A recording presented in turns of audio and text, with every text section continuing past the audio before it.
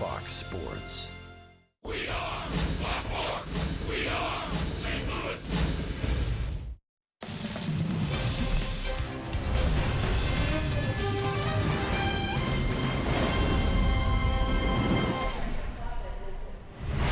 This is St. Louis Cardinals baseball. Nice to be back home, and tonight kicks off the first of 4 against the Pittsburgh Pirates. The Pirates in town, game 1 between the St. Louis Cardinals and the Pittsburgh Pirates. And with Rick Horton, I'm Dan McLaughlin. Jim Hayes is here as well. And we welcome you to Cardinals baseball. Jack Flaherty gets the call tonight, and at times this year he has been spectacular. Outstanding. Flaherty, just 22 years of age, and what a great jump he has made from a season ago. His first 5 career starts, all happening last year, ERA over 6. But this year, he has been lights out. He dominates games, Dan, even if he doesn't get a lot of strikeouts, as in the last game against these Pirates. If he gets 2 strikes on you, you better watch out. He's one of the best in baseball, lowest opponent average with 2 strikes. Major League starters, and Jack Flaherty, 0.82 the average against him, one of the best in baseball. The young guys have been stepping up for the St. Louis Cardinals. Bader back-to-back games with home runs. Jordan Hicks lightning out of the pen. The Pirates, the Cardinals. Baseball is coming up.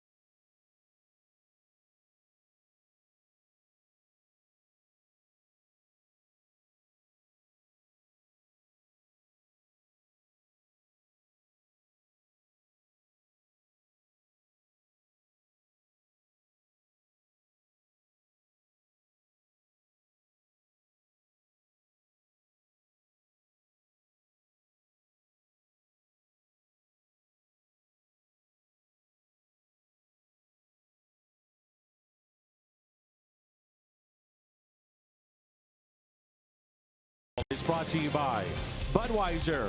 Wherever legendary MLB moments happen, Budweiser will be there. And by Chevrolet, the #1 selling brand in the St. Louis area. Find yours at your Mid-America Chevy dealer.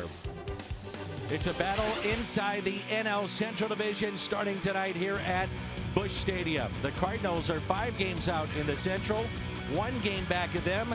The Pirates at 6 out. The Buccos, the Cards, next.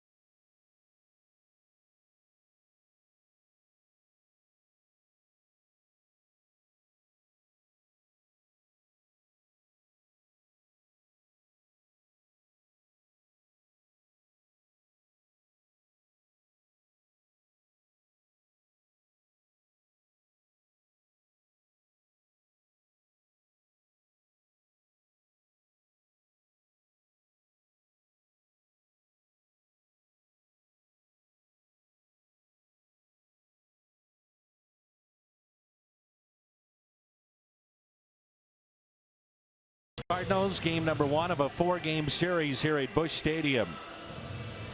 It's turned out to be a gorgeous night for baseball. There's a look at Clint Hurdle. I think he surprised a lot of people recording this year, as well as the Pirates have played, and the Cardinals on the other side only a game in front of Pittsburgh. Yeah, the Pirates came into spring training and said, yes, we lost 2 of our best players, but we are not going to say that we are not going to compete. We've got enough players here that maybe we can make some noise in the division, and they started out great. They've struggled lately. The Cardinals, Dan, been 3 games over 500 really about both of the months that they've played so far, and I think they're still trying to figure out who they are, frankly. Cardinals are 29-24, so 5 games above the 500 mark. Pittsburgh 29-26, as we said on the pregame show, a team that's been struggling here as of late.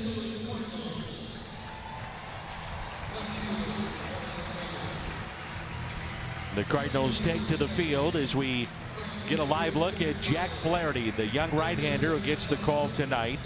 And Jack has made 5 starts, and he's burst onto the scene here in 2018. Gotta love the 2.15 ERA. He has been very tough on lefties and righties both. Throws a lot of fastballs, 28% slider. That's his dominant pitch. Will mix in the curveball and the changeup when needed. But if the fastball's right, the slider's right, you're going to see a lot of those.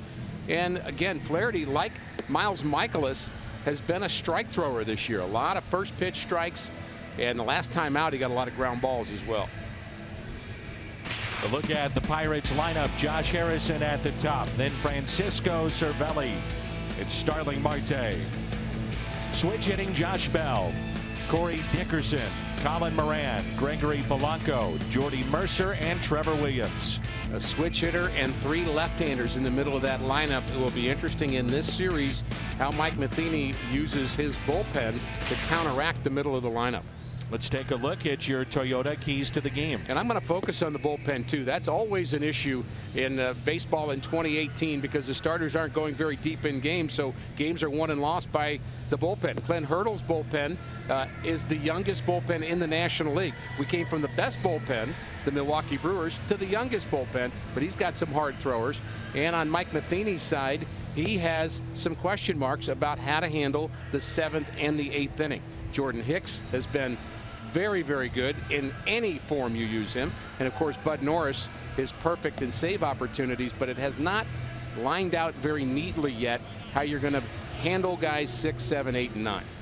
Yadier Molina working out before the game. That was good to see. Took batting practice. He also was behind the plate. Got here very early to the ballpark, throwing to Mike Matheny at second base, and it looks like a rehab assignment. Jim will have news on that is imminent, more than likely this weekend. And there's our old buddy David Freese. Always good to see David. Not playing a lot at the moment for the Pirates, and they're going to get Jung Ho Gung back at some point, maybe mid-season. He's working out now in Florida, trying to get ready to play, and it may take a while for that to happen, but we know how dangerous his bat can be. Especially against St. Louis. Here's Josh Harrison. First pitch is strike. He had a leadoff homer yesterday. His 6th leadoff home run. All-time leader in that category for the Pirates, Barry Bonds, when he was a leadoff man with Pittsburgh, he had 20. And Harrison lines it into left on a hanging slider and a base hit. The Cardinals defensively tonight with Bader in left, Tommy Pham in center. Dexter Fowler dealing with the Sunfield with an early start. And around the horn presented by Dobbs. Carpenter, Munoz, Garcia, Martinez on the infield. And Francisco Pena has done a very nice job. He's behind the plate.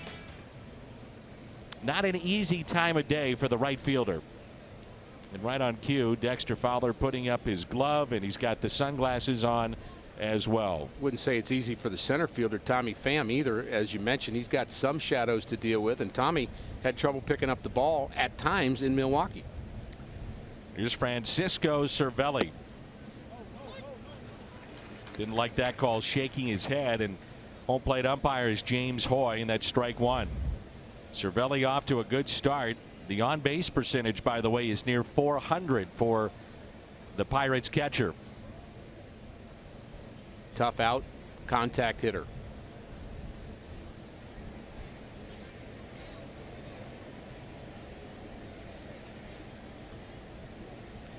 Here's a 0-1 pitch by Flaherty. I thought Pena has been overlooked with the way that he has handled a young staff. We give so much credit, and rightfully so, to Yadier Molina. Let's give the credit to Francisco Pena as well. His catcher's ERA is right around 3, which is outstanding. And that's, you know, what are the pitchers doing while he's in there? And he has been way better with the bat than I thought he would be. Me too. Didn't see that in spring training. He's got occasional power. He had a bomb in Milwaukee, and certainly been a guy you don't mind seeing in there day after day. Here's the 0-2 pitch to Cervelli. The check swing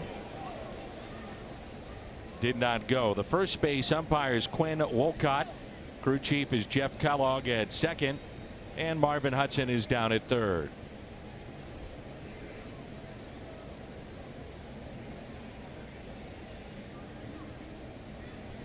Very important stretch of games for the Cardinals. When you think about the fact they have a number of games in the month of July, or June rather, at home. And certainly the first of 4 here against the Pirates. It's one of the beauties, Dan, of the baseball season. You think about the stretches you're in and you say, oh, wait a minute, now we're in an important stretch. And then you get a week later, and I'm not disagreeing with what you just said, but you get towards the end of the All-Star break and you say, well, you got to push here because you want to push and have a good finish before going back. And then you say, well, we got to have a good start coming out of the break. And it's the beauty of the season. 162 games. You're going to have a lot of ups and downs. And that gets away from Martinez. That'll be his 7th error on the year. Harrison advancing to second base. Flaherty has a quick move, quick feet, quick snap throw, and Martinez just drops it. He was trying to make the tag too quickly. It's ruled an error on Flaherty. I would assume they would change that, though. It was right at the bag. I'll say. They usually do give it to the pitcher for reasons unknown. I'm obligated to say that as part of the brotherhood. I get it. You got to pull for your guys. You got to stick up for them.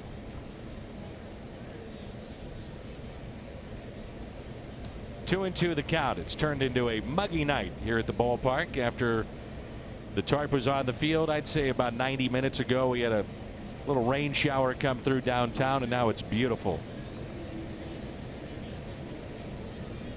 The 2-2 pitch to Cervelli. Mentioned this during the pregame show, and this would be a good example of it, but Rick pointed to the fact that the Pirates are putting a premium on putting the ball in play, and something like this where you want to move, if you can't drive them in, at least move the runner to third base. Well, Cervelli's thinking about it. There's no question about it. The errors opened up the opportunity to score and steal a run here in the first inning. If Cervelli hits the ball to the right side, does his job, that will add to the chances. And the 3-2 pitch, he struck him out, and the first strikeout for Jack Flaherty, a 3-2 breaking pitch.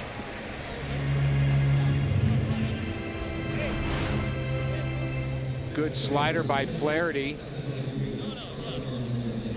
To me, as if Cervelli tried to pull that ball instead of taking it the other way. Our Lowe's whole team together, the lowest team ERA at home in baseball. The Cardinals overall third best, just over 3. Houston, Philly, St. Louis, Washington, and then Arizona. Here's Starling Marte. He's now the everyday center fielder with Andrew McCutchen in San Francisco. 1 out and a runner at second base. And on their bench, they have a young player that's made an impact, and that's Austin Meadows. Oh, he's got a sweet swing. He's a good player, good power, runs well, good defender. They're very high on him. They have an extra outfielder right now. They've got 4 guys they want to play all the time, and somebody has to sit, but Clint Hurdle wants to play Austin Meadows. And the first pitch to Marte. Taken for a ball inside. Ricky, the game within the game. Already Jack Flaherty, third time that he has faced. There's a look at Meadows, but the third time he has faced the Pirates. We're not even in June. You've got to make adjustments. You can't be predictable. I thought he made an adjustment even the last time he pitched against him. Use more curveballs, you use more changeups, because that was working that day. That's the other issue you have if you say, well, this is what Flaherty always does, and if he's got a plan B, C, D, and E, then he's not always going to do that. He's going to feel differently from one start to the next, and so that's an advantage for a starter, because you know what's working for you, and you just have to play off it. I'd like to see Flaherty a little tentative here, pitching off the plate, attack the zone a little bit more. And the 1-1. Rounded foul. Marte had the 80-game suspension a year ago. Really took the wind out of the sails for the Pirates. That was devastating at that time. And his first game that he was held out was in St. Louis. I thought I remember them being here, and that was a blow to them. Absolute blow to them. This guy's a good player. Well, they lost Gung last year also, and Marte. And the 1-2 pitch to Starling Marte, outfield straight away. Foul back. And I think you can understand from the outside looking in. You trade Andrew McCutchen. He's the face of your franchise, a team leader. And then the one that really hurts is Garrett Cole, who's off to a great start with Houston, and say, well, what are we doing here? Are we trying to win? But they knew they had Meadows coming. They knew they had Marte that could play center field at a high level. And with the market that they're in and how they spend money, which is not a lot, you know, you've got to roll with the punches, so to speak. Here's a 1-2. I think the sell was different on Pirate fans because they loved Kutch at Pittsburgh, but he was, I would say, much more obviously replaceable when you have Meadows ready and other good outfielders. But Garrett Cole, to me, that's a tougher sell. Anytime you've got a horse out there throwing a couple hundred innings for you, winning games every 5th day. That's a tougher sell to me. Here's a 2-2 pitch to Marte. Ground ball hit to short, taken there by Munoz. Slings a strike to Martinez for the out. It brings in Josh Bell, the switch hitter. Power numbers have been down for Bell, only 3 home runs, but he has driven in 29. And here's the part of the lineup, and we'll notice this throughout the series because this has been the standard lineup. When Meadows isn't in, they'll move the hitters around a little bit when he does play, but you have left, left, left, left, 4 in a row right here. So with a fully right-handed starting staff, 2 left-handers in your bullpen, now 3 with Gomber, who was recalled today.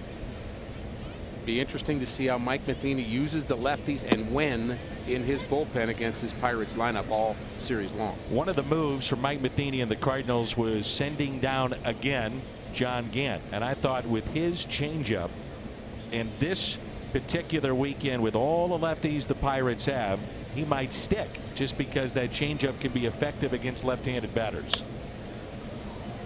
We know the reality is he threw 2 innings yesterday, so he's the most expendable. That's the way it's been. You throw multiple innings and you are odd man out.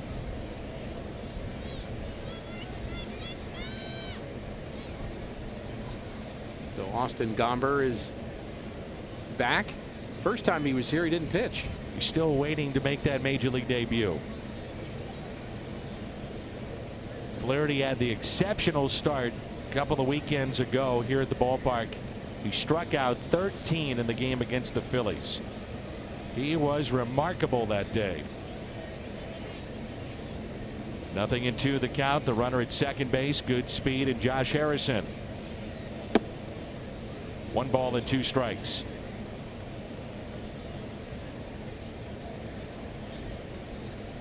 I think the Cardinals felt on the recent road trip they let that series against Milwaukee get out of their hands. They had it late in game 3, and the bullpen coughed it up, wound up being a 3-2 loss after a long home run hit by Christian Yelich. Called, 3rd strike, and 2 strikeouts in the inning for Jack Flaherty. Half inning in the books. Cardinals coming up, and there's no score.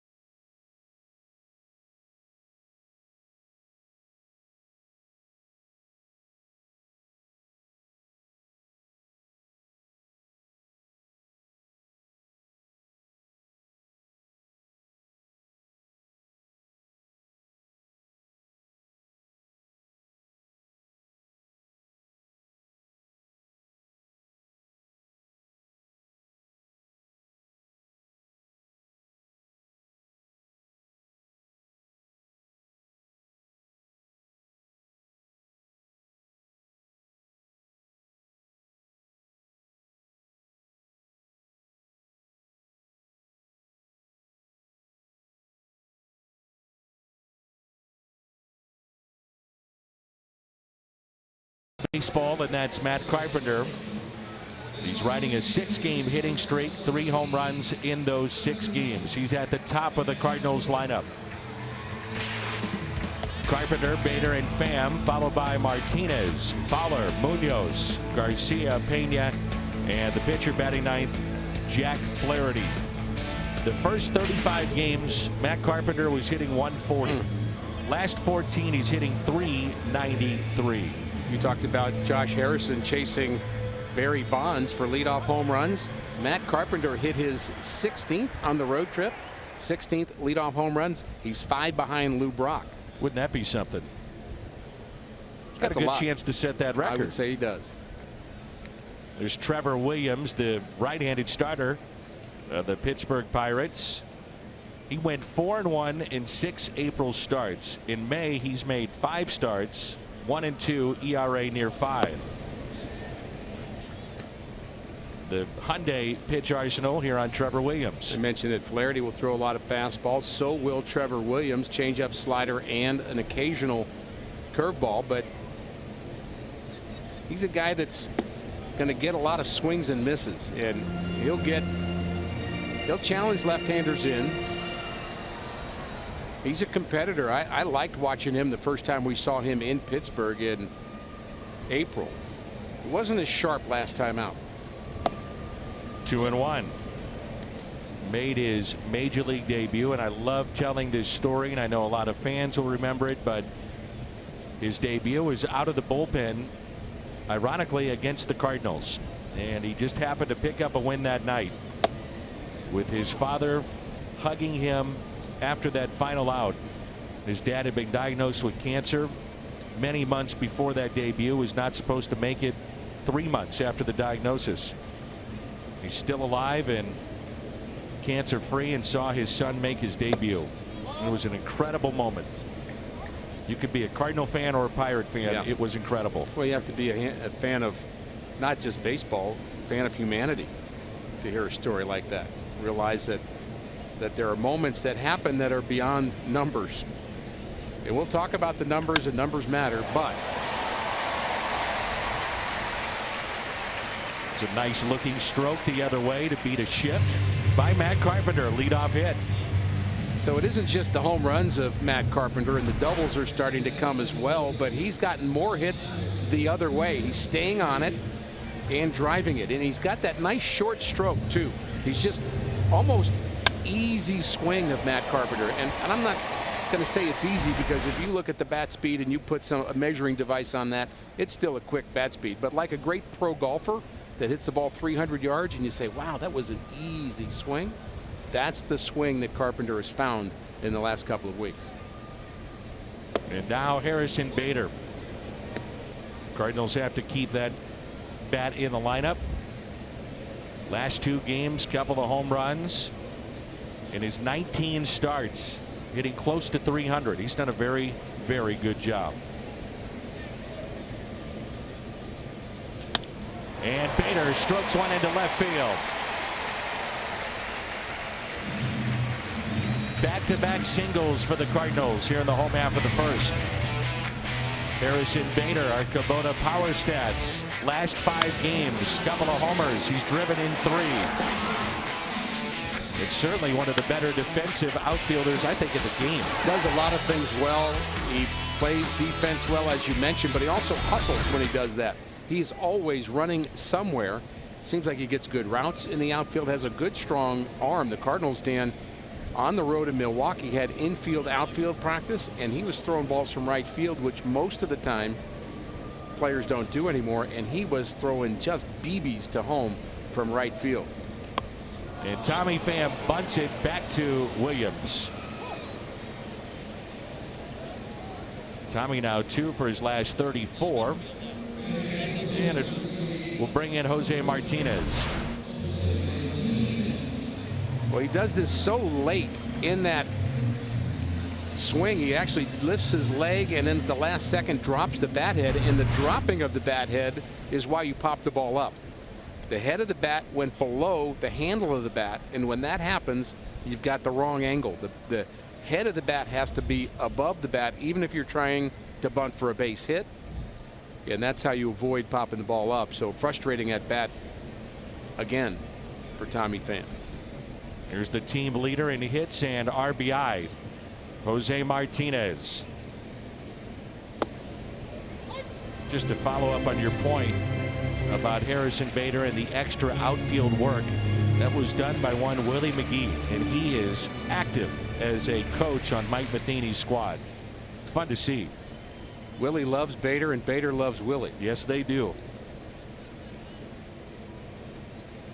I think Willie loves the fact that Bader brings so much energy and excitement to, you know, any chance he gets to play. I asked Willie last spring training, not this spring training, but even last spring training, I asked him about Magneuris Sierra, and I said, is he the best? He's a pretty good outfielder. Is he the best outfielder? He said, no. He said, he's good, Maggie's good, but let me tell you, wait till you see Harrison Bader play every day. And that was a year ago. So he's been a fan for a while. Harrison Bader said that after his initial call-up, it was Willie McGee that really worked on base running, as Willie was roving the minor leagues with Harrison. Here's an 0-2 pitch to Jose Martinez. Inside. Harrison has that unique quality to me of being, of course, a new, young, exciting player, but also coachable, teachable, old school in some ways. Like, hey, yell at me, make me better. What am I not doing? And that's a coach's dream when you've got talent and teachability in one package. And the 1-2. Inside, 2-2.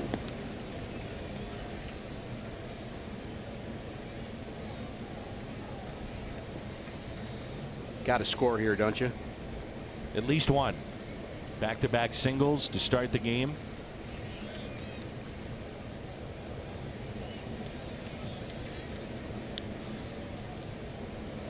Two balls and 2 strikes on Jose Martinez. He may launch one right here. Here she comes. Outside, 3-2. He may launch one, and he may take a slider down and away. Yeah. That's to his credit, though. He does not chase very often that pitch. Dexter Fowler on deck. He struck out a few times in the last week, more than usual, but he has been a tough guy to strike out. He'll hit the ball to right field when he needs to. The value of putting the ball in play. Talk about it all the time. And he looks at ball 4, and the bases are loaded. Dexter Fowler yesterday enjoyed his second 3-hit game of the season. Found a hole on the right side. Found a hole again on the right side with the shift on. And then right-handed, he took Josh Hader the other way. Took a pitch that was a fastball with a lot of movement and a lot of hidden velocity too. Hader is, well, tough to hit. Very, very tough to square up. Nasty. And Fowler just jumped on it from the right side, and the right side has been a problem for Dexter this year. So back-to-back singles and a walk. Bases are loaded with 1 out. Fowler pulls it foul. Sometimes with a veteran, you get that 3-hit game, and it's just what you need to get things going. His power side has been from this side of the plate. Ricky mentioned the struggles from the other side, 2 for 32. But all 5 home runs have come from this side of the plate. Hitting coach's job's never done. You tried to get Carpenter going, and it happened. Fowler is on the verge, and then you've got Ozuna and Colton Wong. You're trying to get everybody going and hitting the way they can. The 0-1. And right when you get somebody else going, somebody else needs help.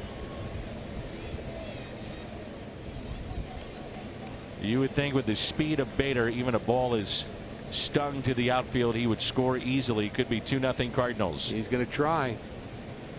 Good arms everywhere, by the way, in the Pirate outfield. And the 0-2. Fowler, a flare into right center. That ball is down. 1 run is in.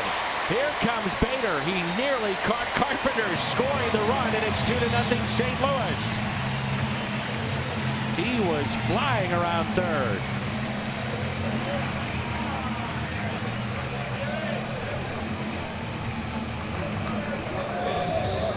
Well, the hit's coming in bunches for Dexter Fowler. He's jammed a little bit in the kitchen, but the power of that swing gets it over. Harrison's headed into right field. The early read by Harrison Bader, he would not be denied. In my mind, Jose Martinez should be on third. And Ray Searage already a visit. Fowler's 6th multi-RBI game of the year. So it makes it a 2-0 Cardinals lead. We have been waiting all season for Carpenter, Fowler, and I'll throw Ozuna, even though the average not bad. The power hasn't been there that trio to get going if they can. To couple that with the way the starters have been going, it could be a very fun summer here in St. Louis. Ozuna, by the way, for Cardinal fans that may not have seen it, has issues with his hand sliding back into a second base bag. He was not available yesterday, a late scratch, but he was available off the bench, had a pinch hit walk, 4-pitch walk, so he didn't have to swing the bat. But again, sitting out today, trying to get that healing more advanced.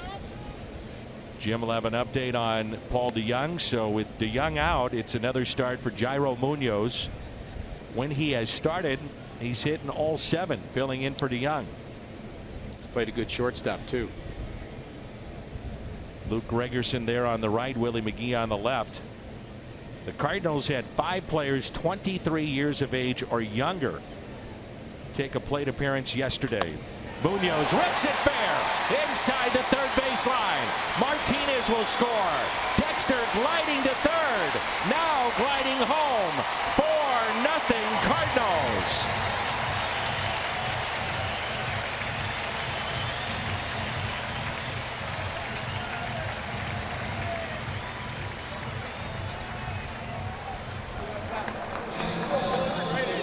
Nothing like, Dan, getting the fans at Busch Stadium on their feet in the bottom of the first inning. And it's happened already. Jairo Munoz turns on that inside fastball just inside the bag. And it's great to see movement on the bases. You know, you have to hit to have movement on the bases. You bet. You ground out to short 3 times in an inning and it's just not going to look great. But the Cardinals swinging it here in the first. Here's Greg Garcia. Last start back on the 21st. He was at shortstop against Kansas City. Had to be lifted in that game with a sore lower back. And he gets the start tonight at second base. The most first inning runs scored by the Cardinals in a game this year. Say that again. That is hard to believe, but the most first inning runs they have scored in a game this year. That's what I thought you said. And tonight is game number 54 of the year. It is the 1/3 point of the season today. Did the math all on my own You're today. quick. 2-1. I always look at Memorial Day as being one of my benchmarks to look at a team, look at the league trends, that kind of thing. I said this with Al the other night. I think it's an incomplete for the Cardinals because of all the injuries. You just don't know. The 2-1 is grounded slowly to the right side. Harrison makes the play. Munoz to third. The Pirates defensively around the horn is presented by Dobbs, Dickerson, Marte, and Polanco in the outfield. Moran, Mercer, Harrison, and Bell on the infield, and Francisco Cervelli is behind the plate. First 11 starts, 2 runs allowed the first inning total in those 11 starts, and tonight he's given up 4. Intentional walk to Pena to bring in Jack Flaherty.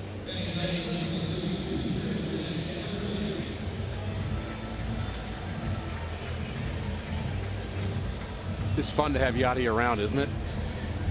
Hope.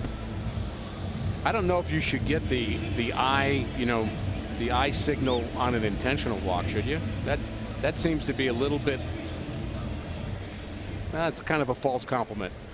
I think you take anything you can get at this level. It's a participation trophy. I just not. I'm all in.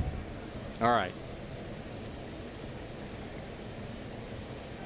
So runners at first and third for Jack Flaherty. And Flaherty chops it to third. Colin Moran across the diamond. Big inning for the Cardinals. They pick up 4 runs. Dexter Fowler, the base hit with the bases loaded. Drove in 2, and so did Munoz with this double. 4-0 after 1 inning.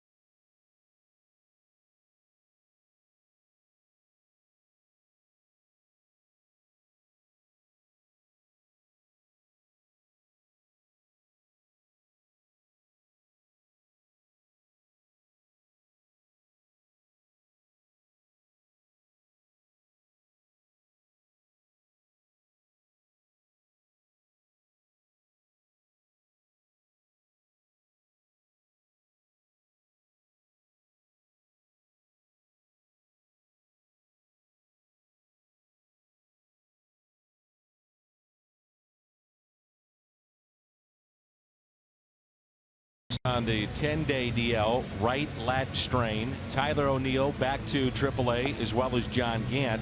Called up. Austin Gomber, we talked about him. Hey, look who's back, Mike Myers. And also the St. Louis native Luke Voigt. With more on all those moves, we'll have different reports tonight. But Jimmy, what do you start out with? Well, we're going to start with Alex Reyes. As you mentioned, he goes on the 10-day DL with a right lat strain.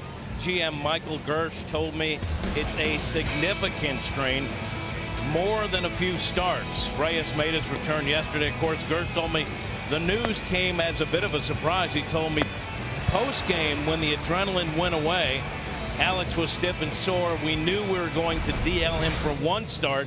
When he saw doctors this morning, it was determined it was a more significant strain. Dan Gersh says Reyes will get a second opinion over the next couple days, but right now the Cards aren't sure what may have caused the lat issue or how long it may keep Reyes out of action.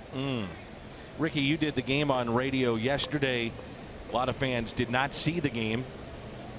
I'm curious, just your takeaway from watching Alex Reyes. Well, I understand why they went out to the mound to talk to him after a particular pitch. He threw it 91 miles an hour. Now, it was a 2-0 pitch. And I think part of the thought may be, well, maybe he's just trying to throw a strike. But I think Mike Maddox and Mike Matheny both saw something different. Maybe they saw something in kind of the way he moved, and it just didn't seem right. And I would also say this, Dan, the 73 pitches he threw yesterday felt like, watching him, that he threw 100. I mean, he threw a lot of pitches in one inning in particular, a lot of guys on base. Now, he did put up 4 zeros, so that's the good news, but it was a straining kind of game for him. His curveball wasn't as sharp as it can be. And the odd thing is, after Mike Maddox and Mike Matheny went and talked to him, the next pitch he threw 96 miles an hour. So that's why you thought, well, maybe it's just a little thing. But, and as Kat said, I think once the adrenaline kind of died down, there was something there. I think any time that you're dealing with a prospect of this nature, obviously you're going to be on the side of extra caution. Yeah, no question. And that's where the Cardinals are right now with Alex Reyes.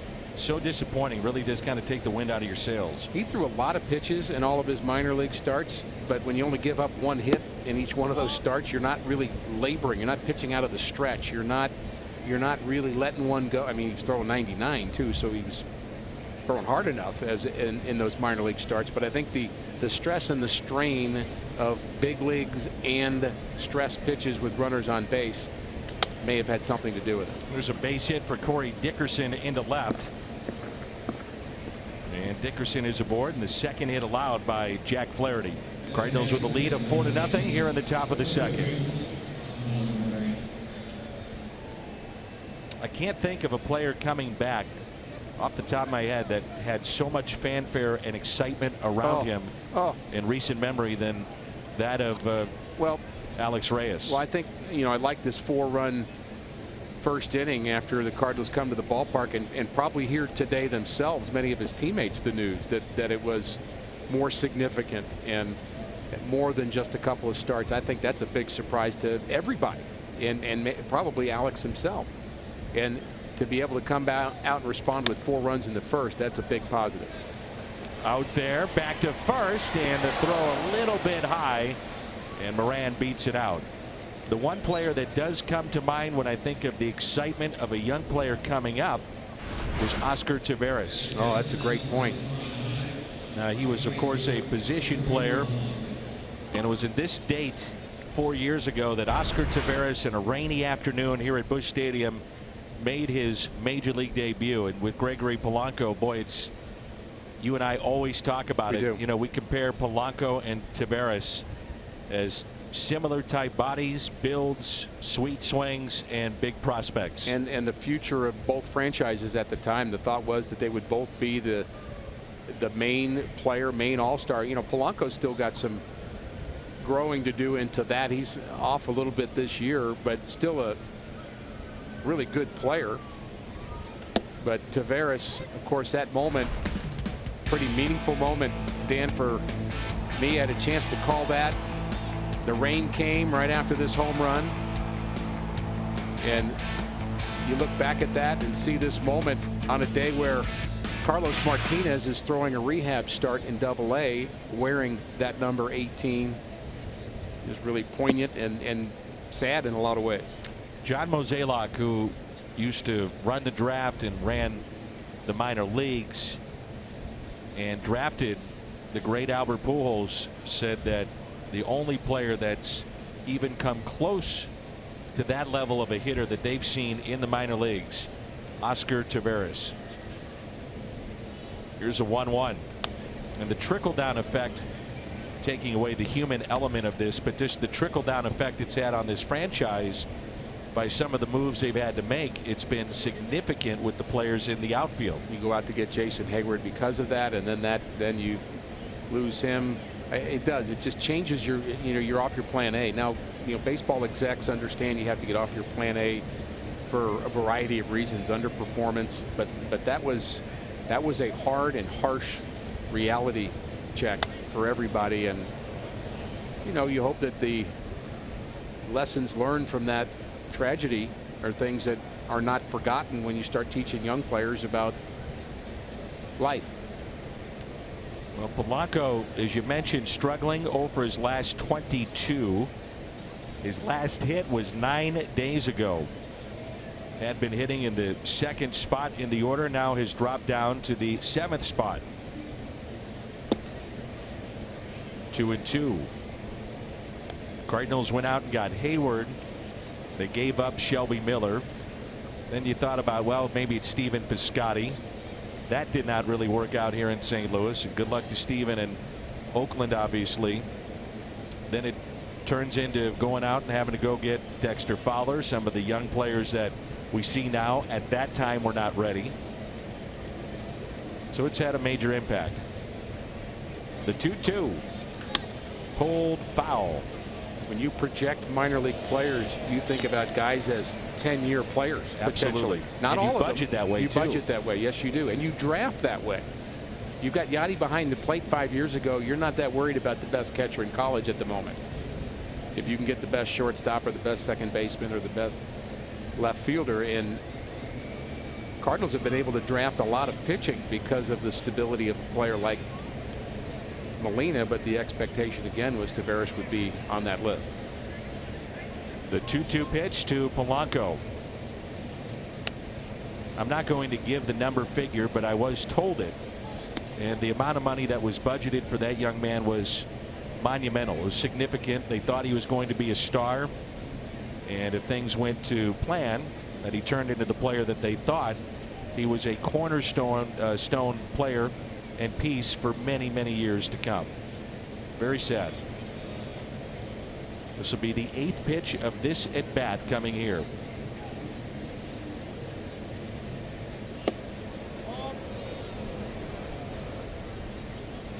Polanco may be struggling, but he has a good understanding of the strike zone. He'll walk quite a bit. So even if you're not hitting well, you can still contribute. Get on base, play the outfield well, run the bases well. Runner at first is Colin Moran. No stolen bases this year. May have broken his bat in his kitchen. La Cocina. That's the kitchen. Right. Got it. Got it. I'm all over it. Tell you what, I am quick today. Quick. I'll give you an A+. Danielle.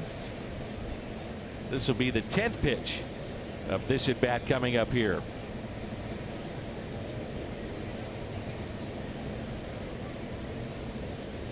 And the 3-2 now to Polanco. Ground ball, base hit, snaps the 0 for 22. Very good at bat.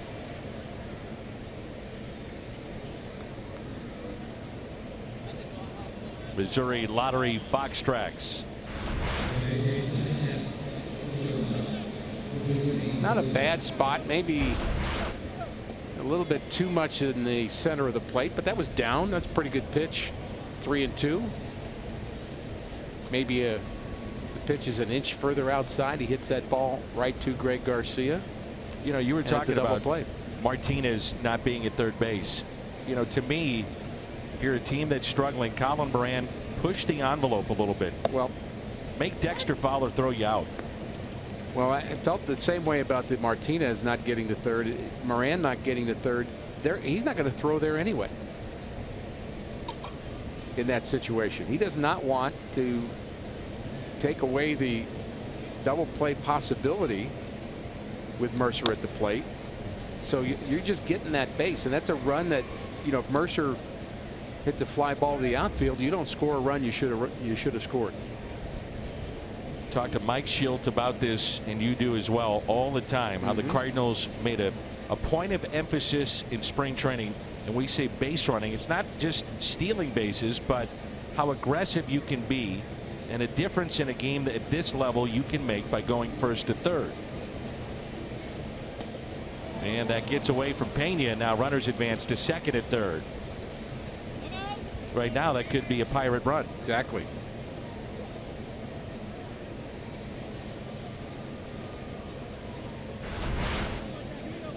This ball just sails away from Pena. He's expecting that ball inside. We'll have to wait and see how that's ruled. Maybe we'll call that an error on the pitcher too, because that seems to be what we're doing today. It is ruled a pass ball. Not a wild pitch. I said error, and I knew it wouldn't be. Little flare out to shallow left, drops in for a hit. Bader will throw to the cut. That's Carpenter. A run scores to make it 4-1.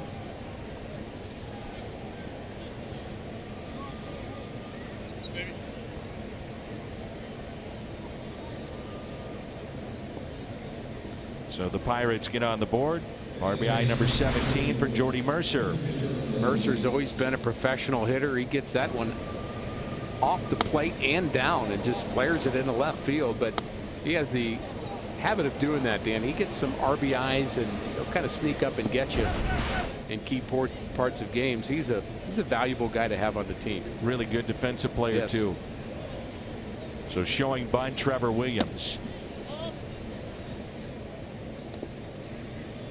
Talked to Ali Marmol for a long time before the game today, and at one point he was in his mid-20s and the youngest manager in all of pro baseball. There's Ali there on the left, and he said as a manager, one of the things that you really have to take notice of, he said, number one, you got to balance your 25-man roster as that bunt is pushed foul.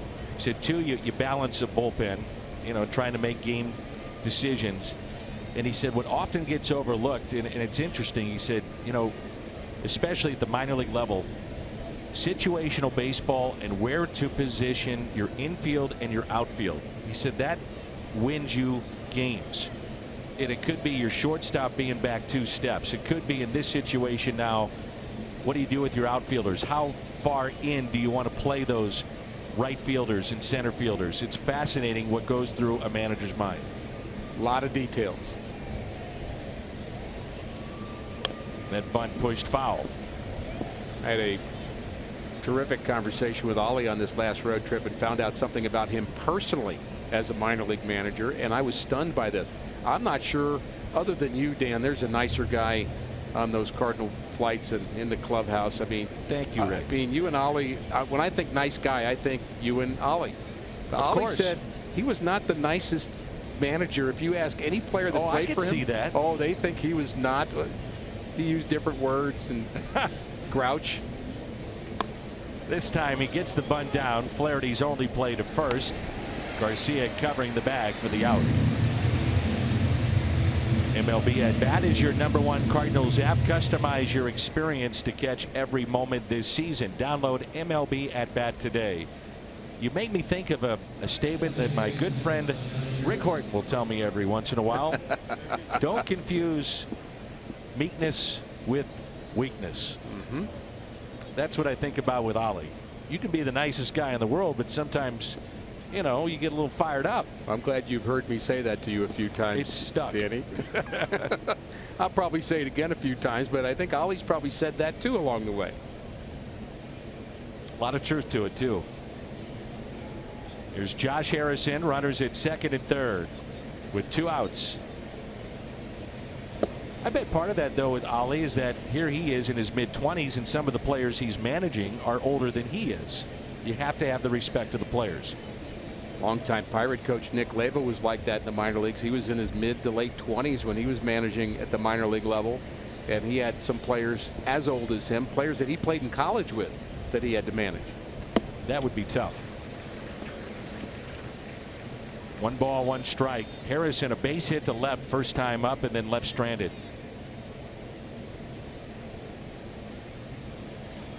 I've always felt Josh Harrison is one heck of a player. Hit him anywhere in the lineup, playing him anywhere in the infield. With slider again, and it's low and away. High pitch count already for Flaherty. We talked about the key to the game being what happens with the bullpens. I would say after an inning and a half, even more so.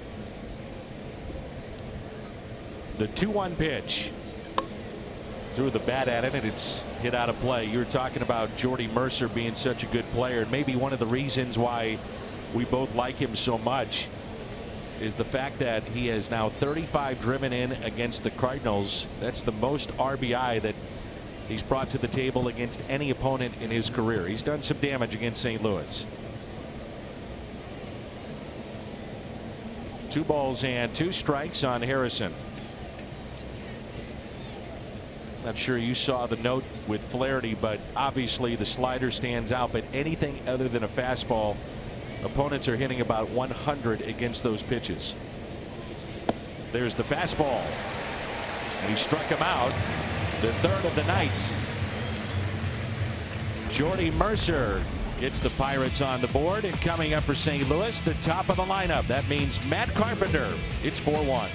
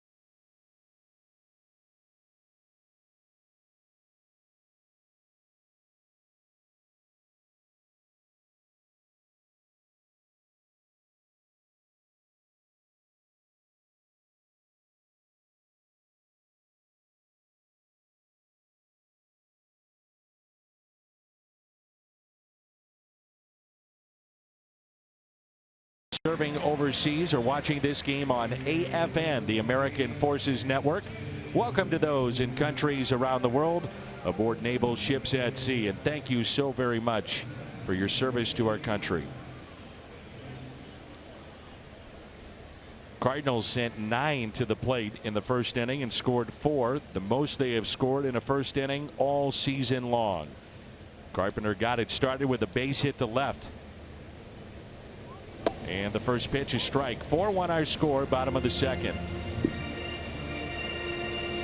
Rocket Mortgage breakdown. Looking at Matt Carpenter, who's been on a tear since the road trip that went through Minnesota.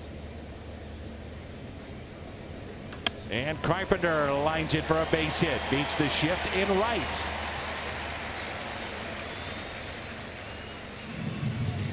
He's 2 for 2. Let's take you back to Matt Carpenter struggling, and then in Minnesota, the getaway day, taking that ball the other way. He also would face a tough lefty that afternoon. I thought Jim Edmonds brought a great point up. He said sometimes if you're a left-handed batter facing a left-handed pitcher, the best thing that can happen is to face a lefty, even though it's the toughest assignment. You stay in. You stay in. And ever since then, he's been very, very good. I think Jimmy's right about that, and the ability for Carpenter to go the other way has then been added to his ability to pull the ball, and he's really doing both now. It's not just hitting every ball the other way. Early in this season, Dan, there were no holes on the right side of the infield for Matt Carpenter. Now it seems like they can't defend him. They don't know where to play him. Hitting the ball over the shift, to the left of the shift, into the gap, down the right field line. He is just finding those holes. He's hitting the ball with authority too. If you hit the ball hard, the holes seem bigger. Is the way baseball is.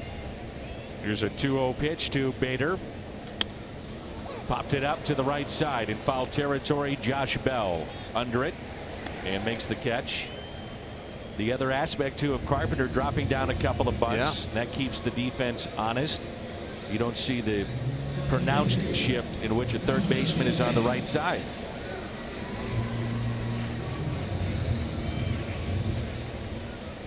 Batting average from 140 to 233 for Matt Carpenter since May, middle of May. And what I've also seen from Carpenter, how many times during that period has he popped the ball up? That's a good point too. Yeah. Which means he's more locked in, not out in front. And he's hitting the ball on the line, yeah, and not in the air. I mean, when I say in the air, yes, he's not a ground ball hitter anyway. I'm not saying that. But if you are hitting the ball sky high, there aren't many hits up there. This is one batter the Cardinals need to get going. Tommy Pham. He tried to bunt his first time up, bunted it in the air to the pitcher Williams. Struggling since the 11th of this month.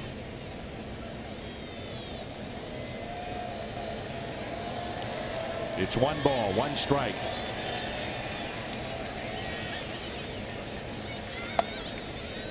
One and 2.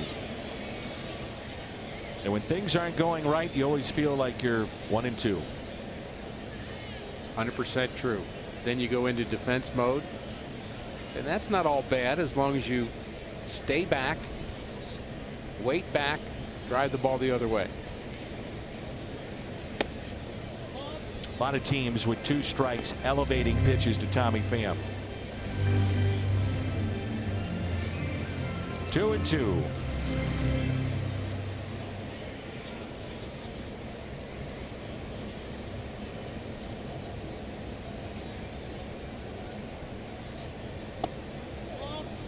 Ooh, just missed.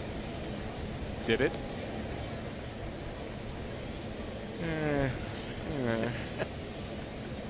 Let's see.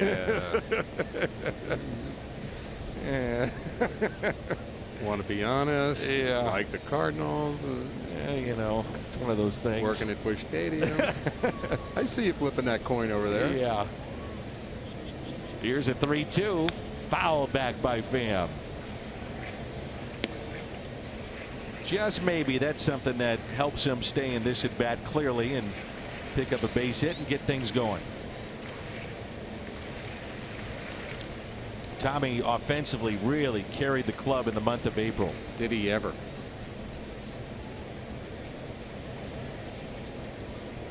Short lead at first and a 3-2 pitch again.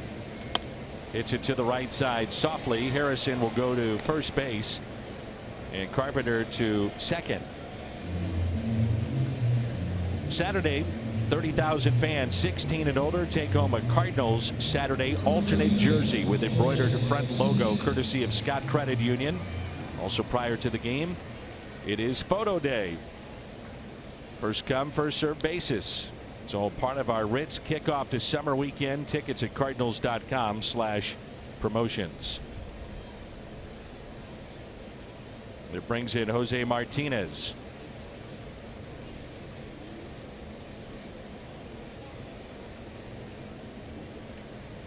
walked his first time up, came around to score, and looks at strike one. That was a really good at bat by Jose. Laid off some tough sliders, middle outer half, and eventually drew the walk. Big gap in left center. Busch Stadium still filling up. Early start. A lot of times it takes a little while. And turned into a nice night. Yeah. At least at the moment.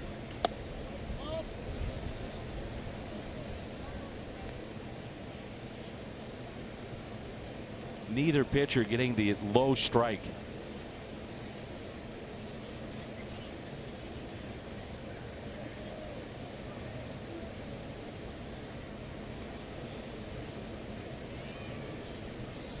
And the 1-1 to Jose Martinez. 2-1.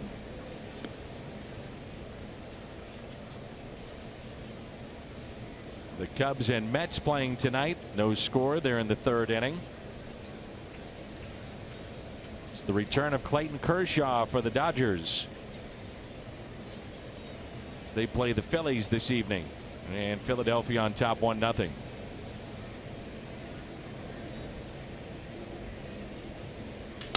Broke his bat, hit to short. Mercer makes the play. Cardinals strand a runner, their third of the night.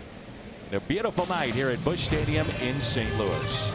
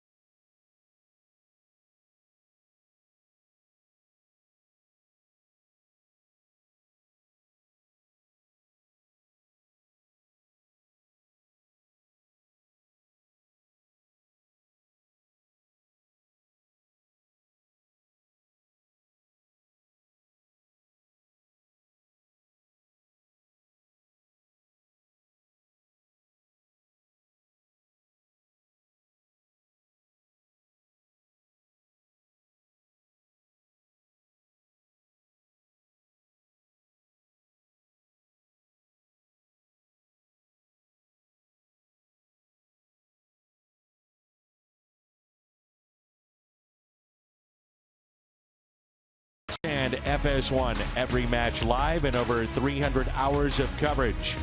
The world's biggest sporting event begins June 14th on Fox and FS1. The third inning rolls in here at Busch Stadium. Francisco Cervelli, Starling Marte, and Josh Bell.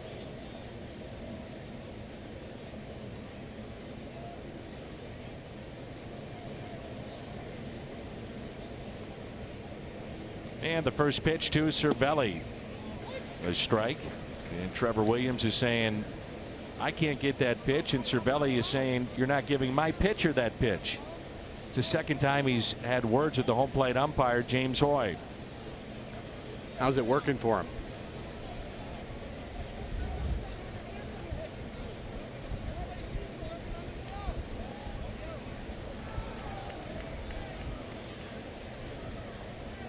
I had a great conversation. We were talking about Willie McGee earlier. He said he has been ejected one time. One time it happened in the minor leagues. And he said, I was embarrassed. I didn't like it. I didn't help my team. It did no good. And he said, look, you can argue all you want. They're not going to change their decision. You are a teammate of Willie's. I mean, you rarely, if ever, saw him have words with an umpire. When Willie would strike out, what I recall about Willie is him running back to the dugout. Right. When's the last time you saw a player do that? Now Flaherty's not happy with our home plate umpire because a late time was called. Willie was very respectful to clearly his teammates, but everybody, umpires, fans, opponents. Here's the 0-2.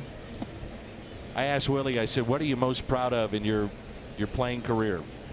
And he said, when I was getting ready to retire and I'd be on base and an umpire would come up to me and say, Willie, it was a pleasure. Inside corner, Cervelli strikes out and just turns around.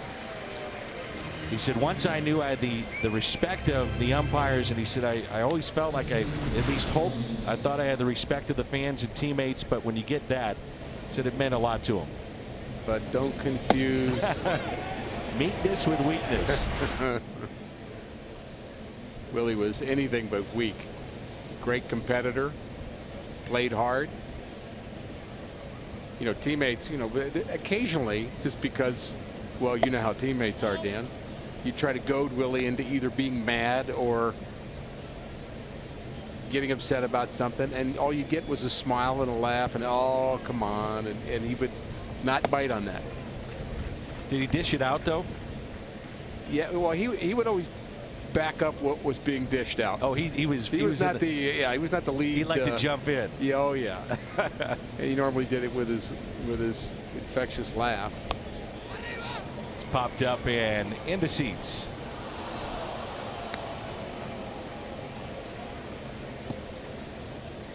I don't think we can talk about him enough, show him enough.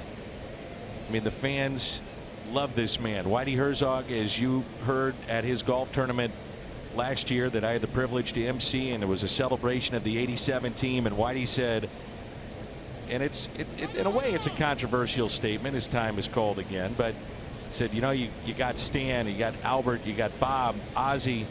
He said, I think the most popular player in the history of this franchise is number 51. It's quite a statement. This isn't the Marlins. This isn't Tampa Bay. This is the St. Louis Cardinals. Oh, there's some, you know, Red Shane-eats that, yeah, Brock and so many others. These fans love him, and for good reason. The 1-2 pitch hit out of play. So even Starling Marte, you think of him as a guy that's got pop, but he's employing that two-strike swing. Everybody in the Pirates lineup is trying that.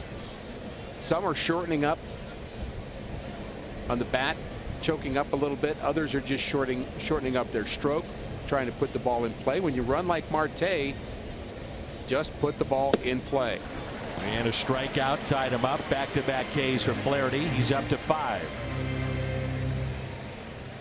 Well, he tried the short stroke, but the sinking action, whoa. That is the textbook definition of being tied up.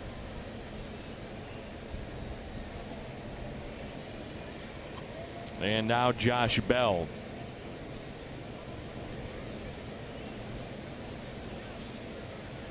I wonder if we're going to see more of the Pirates calling time on Flaherty. Clearly he was upset with the at-bat with Cervelli. It's happened at least 3 games in a row with Jack. The Phillies tried to do that. He didn't like it.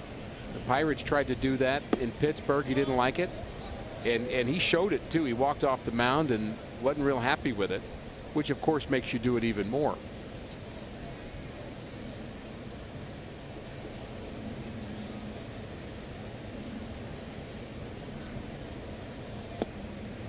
Upstairs, and it's 2 balls and 1 strike.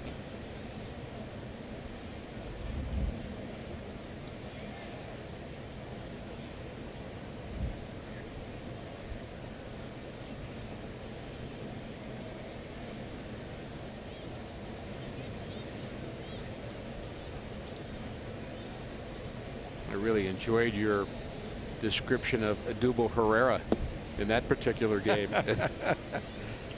Oh, 45 seconds between pitches. Yeah. Well, you know you're not supposed to step out of the box unless you hit a foul ball. That's it. That is the rule. Kind of. Just not enforced, not that we see. Now players will get a letter of notification from Major League Baseball, a warning, if you will. Some players do get a fine if the uniform is not to code.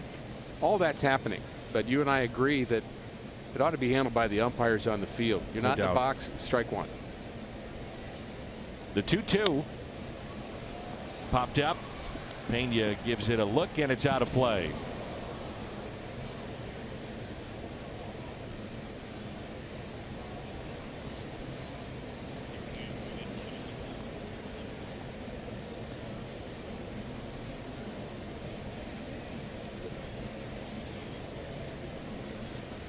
I believe that was the same game where Tim was saying people shouldn't help the catcher with their equipment. Now That would be the it's same okay game. for the bat boy to do it. Right. Just not somebody on the other team. That's correct.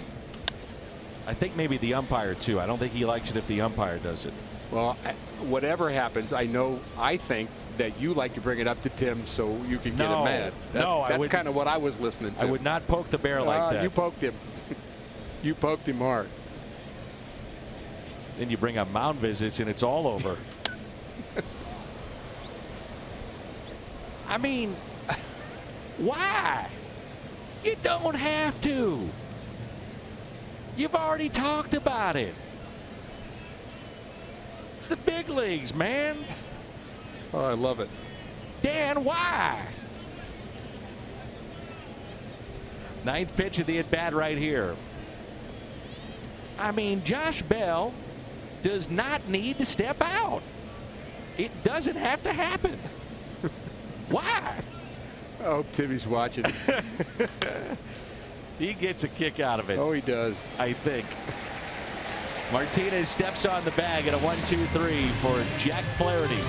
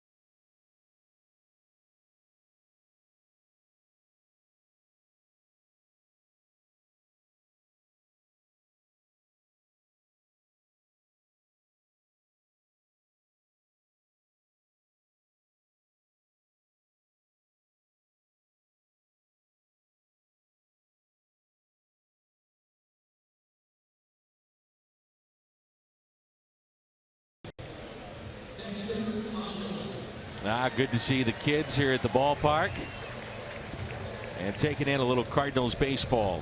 Now that kid right there has no idea what the heck is going on, but that's okay. You're at the ballpark. Yeah, we're talking about getting younger. We really mean it.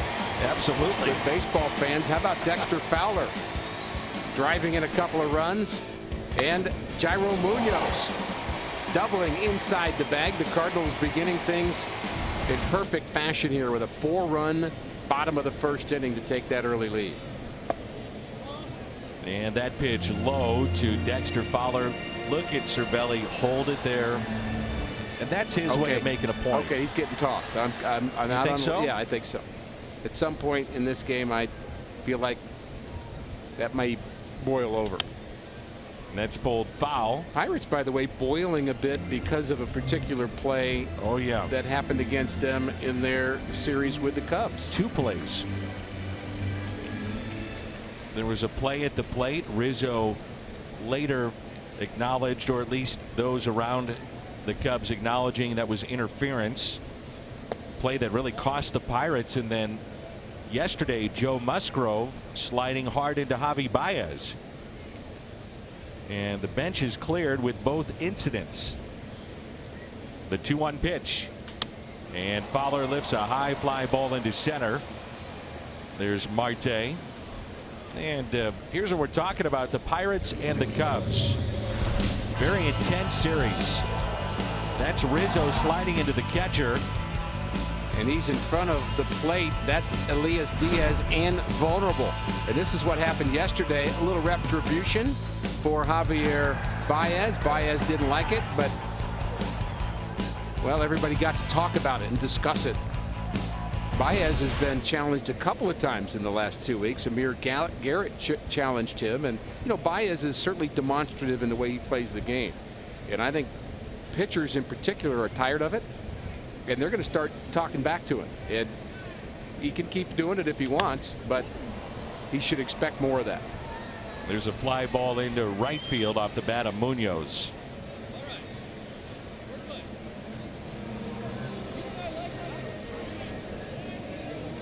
You know what I thought the game, I don't know if it was passing me by or the old school way to look at it, but last year Gerardo Parra hit a home run off of Lance Lynn, and he held the bat high like he was holding a sword walking down the first base line, very demonstrative in his celebration, if you will, the home run. And to me, as old school as it gets is Lance Lynn. I thought, boy, the next time he's up, there could be an issue. He's going to put one in his ribs, and he didn't do anything about it. And I did talk to Lance about it, and he said, well, it's like it or not, that's kind of the way the game is played. And so, hey, if it doesn't bother the players, why does it bother me? Wainwright said the same thing to me. I asked him that question pointedly, Adam Wainwright, you know, what about players showing up pitchers? And he said, nah, I don't really care. It doesn't really bother me. They can do whatever they want. And so here's a guy who's been around a long time, even longer than Lance Lynn, and he said he just didn't really bother him that much. Beautiful bunt by Garcia. Now, me personally, I don't like it, but hey, if it doesn't bother the players, so what? Well, and that's the point, is, you know, respect, Dan, is always kind of how it's handled within the context of the relationship of the two people involved. I can say I don't like it, but it has nothing to do with me. Right. It's whether the pitchers feel disrespected or not, which is really what matters. And if they do, then hitters should stop doing it. What I'm saying is I think pitchers are starting to get tired of it. I mean, pitchers are, and that's what Amir Garrett did. He said, well, I'll strike you out and I'll chirp at you now, which you don't like defending that, really, because I don't like either one of them, but you also don't want somebody to just kind of roll all over you either. Well, we had an interesting conversation, both of us, on the bus the other day. I said, look, if a guy at the plate starts, doing backflips going down the first base line, then he shouldn't be upset if a pitcher starts shooting a bow and arrow like some might, Fernando Rodney, right, when he gets a save. It's a two-way street. And it's just the way the game's played now. It's the showmanship of it. I feel slightly disrespected when you make a great call and stand up and do your thing that people don't really get to see. Understood. I moonwalk because it's off camera, and you know, pretty impressive that you can do it up here in our booth. But I feel like that's a little showmanship. I did the worm one night. That was impressive. I think if we had Chris Carpenter in the booth, he might have a different viewpoint. He might say, stop that. Might be upset. I might have a black eye. You might. Here's a 1-2 pitch to Pena. And a swing and a miss. The first strikeout for Trevor Williams, and we played 3 innings here at Busch Stadium. It's 4-1.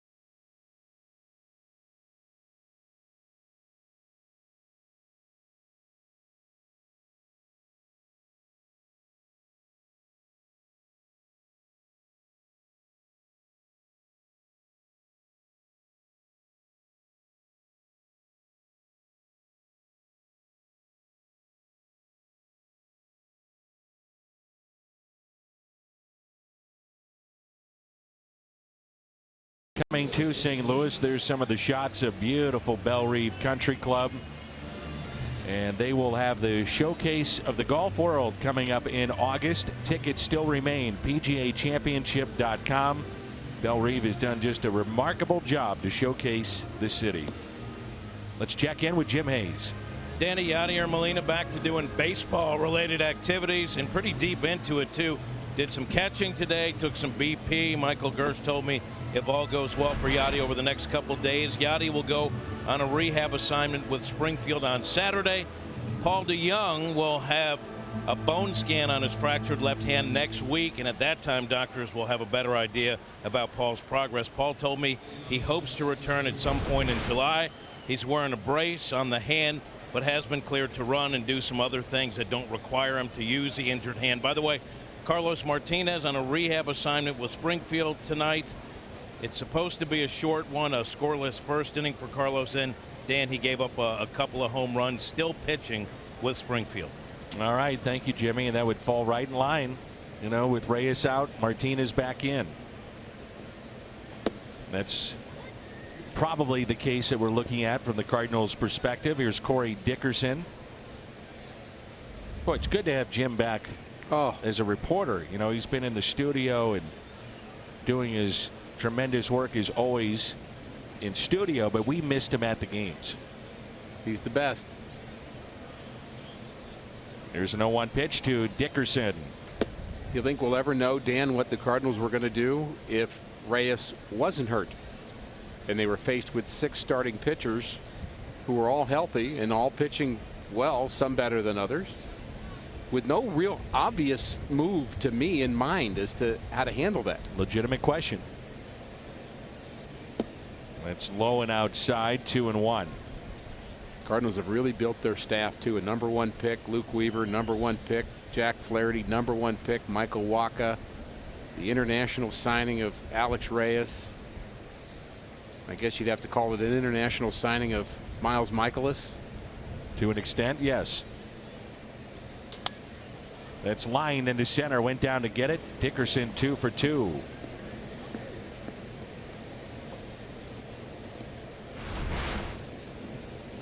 We've talked about Dickerson's short stroke. Put the ball in play. Been a tough out. He's been over 300 all year. Came from Tampa Bay as they gutted that roster. And the Pirates more than willing to take him on. Here's Colin Moran. The leadoff man has reached for the Pirates in 3 of the 4 innings we played. Moran came over in the Garrett Cole deal.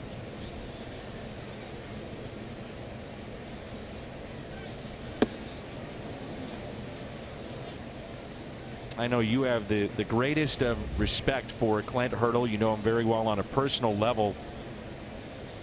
He was the right man, right time, right job, taking over the Pirates in the 20 years of losing, and then finally got him over the hump. Mr. Positive.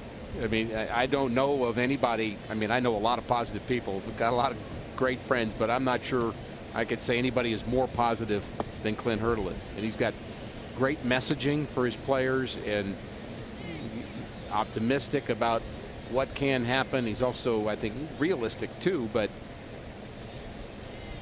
you know, he's big in that clubhouse too. He's got a big voice and he's got big personality. Yes, yeah. he does. And that's not everybody's cup of tea. I happen to love him. 2-1. Are you on a text chain with him? He's got text chains with all kinds of different people for positive messaging. I have actually 2 different text chains from him.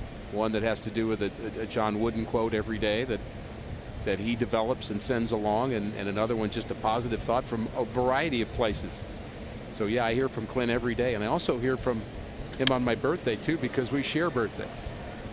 Not real hard to forget. Catch made by Pham, and Dickerson back to the bag. Join us for the Ritz kickoff to summer weekend. That's this weekend, and tomorrow 30,000 fans 16 and older receive a stainless steel tumbler featuring Yadier Molina. It's courtesy of Apple Vacations. may get a gold or a silver Yachty tumbler. Find out tomorrow. Get your game tickets, cardinals.com/promotions. It's a little late, Dan, but I'd like to get a platinum one. All right. You think they could arrange for that? Platinum gold glover? Wouldn't that make sense? I think makes all the sense in the world. Thank you. And yes, I can arrange that for you. Thought you could. Dickerson back in safely. 3 steals this year. Brings in Polanco. Bell, Dickerson, Polanco have gone about 3 weeks without a home run. We're talking about the lack of offense that they have had. Now, Polanco snapped his 0 for 22 with a base hit into right. A 10-pitch at bat back in the 2nd inning.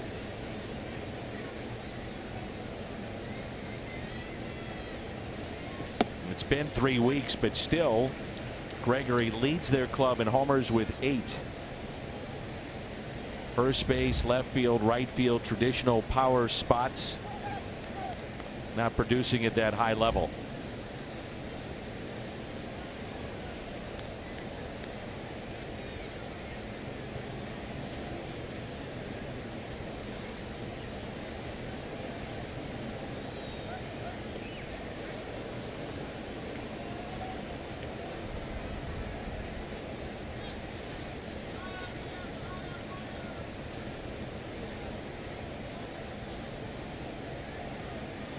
No balls and a strike on Polanco. Cardinals, if you just joined us, a 4-run first inning. The Pirates with their lone run in the 2nd. And the 0-1. This is feeling like a 5-inning start for Jack Flaherty. Kind of grinding through it. Yep. Not very different. I mean, I would say a lot of similarities to the start that Alex Reyes had yesterday. Just nothing was really easy. Just a lot of pitches. No simple outs. No 5-pitch innings. 2-1. Still looks like at times trying to get a feel for that slider. He is. But you have to find a way.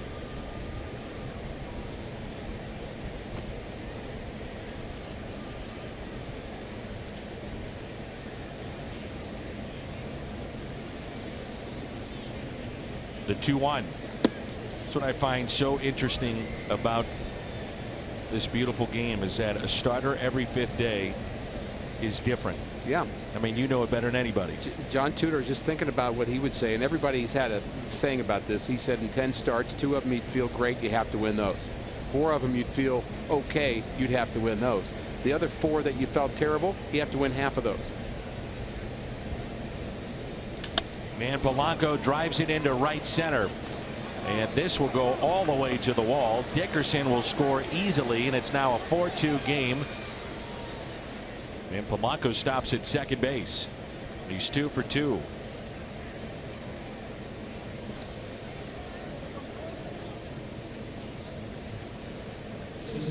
Not sure what would have happened had he tried to go to third. I thought he had an opportunity maybe for a triple because he hits that in the perfect spot. I thought he would have been safe. Our Chevy Fox track, that ball gets in the gap and it goes all the way to the deepest part of right center field. No question about Dickerson scoring. The only question is, would Polanco make it to third or not? I agree. I think he would have.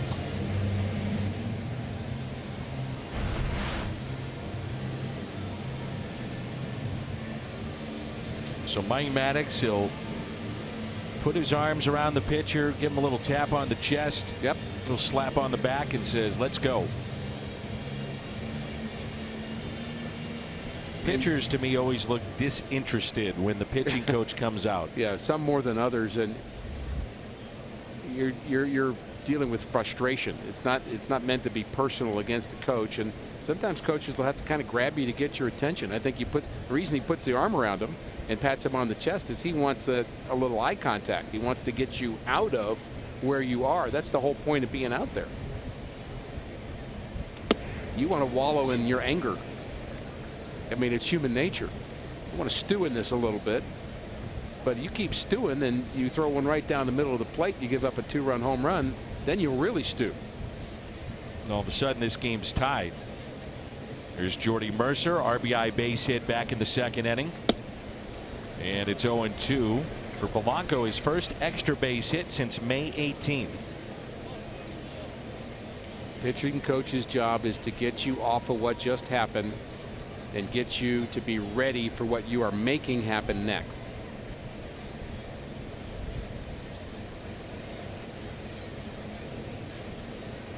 Here's the 0-2 pitch.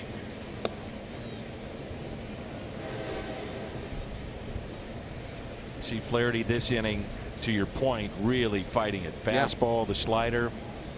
Yeah, that was a waste pitch that was too much of a waste pitch. There's no chance of him swinging at that.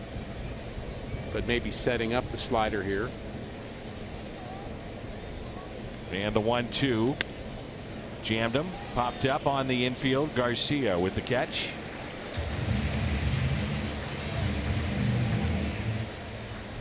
And this, Dan, is called doubling up. You throw a fastball and you make the hitter think maybe I'm going to throw that slider away, and then you double up inside and you get the late swing and the jam that you're looking for. And there's two ways. That's why there's no one, not just a particular way to do it. There are multiple ways to attack a hitter, but doubling up is something you have to do enough times in a game to keep the other team honest. And a high fly ball lifted out to shallow left. Bader over and makes the catch. Williams retired midway through 4. Beautiful night on the banks of the Mississippi. It's 4-2.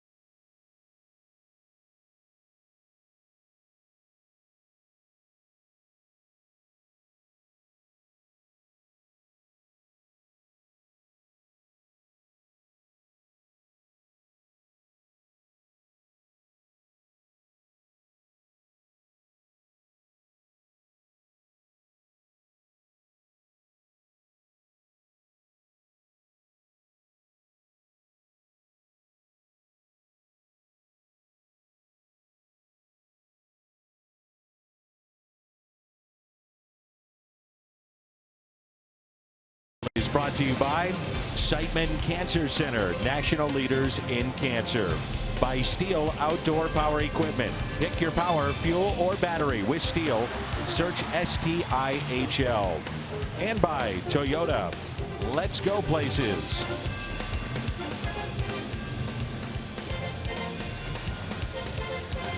Our score in the bottom of the 4th is the Cardinals 4 and the Pirates 2. This copyrighted telecast is presented by the authority of the Cardinals and may not be reproduced or retransmitted in any form. And the accounts and descriptions of this game may not be disseminated without the express written consent of the St. Louis Cardinals. I've read that, I don't know, no fewer than 3,000 times. If you took the copy away, I still wouldn't get it right. I don't know why.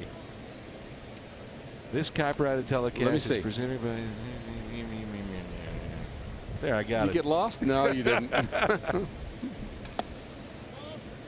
There's a ball to Jack Flaherty. Rick Horton, Dan McLaughlin here in the booth. Jim Hayes is with us as well. Big crowd here at Busch Stadium.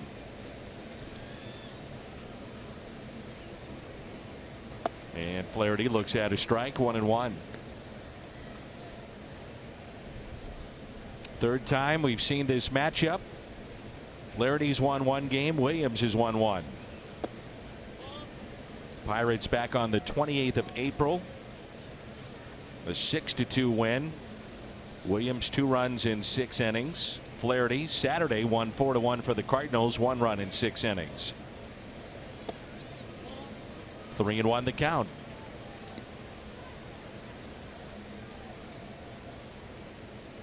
$42 transactions this month for the Cardinals.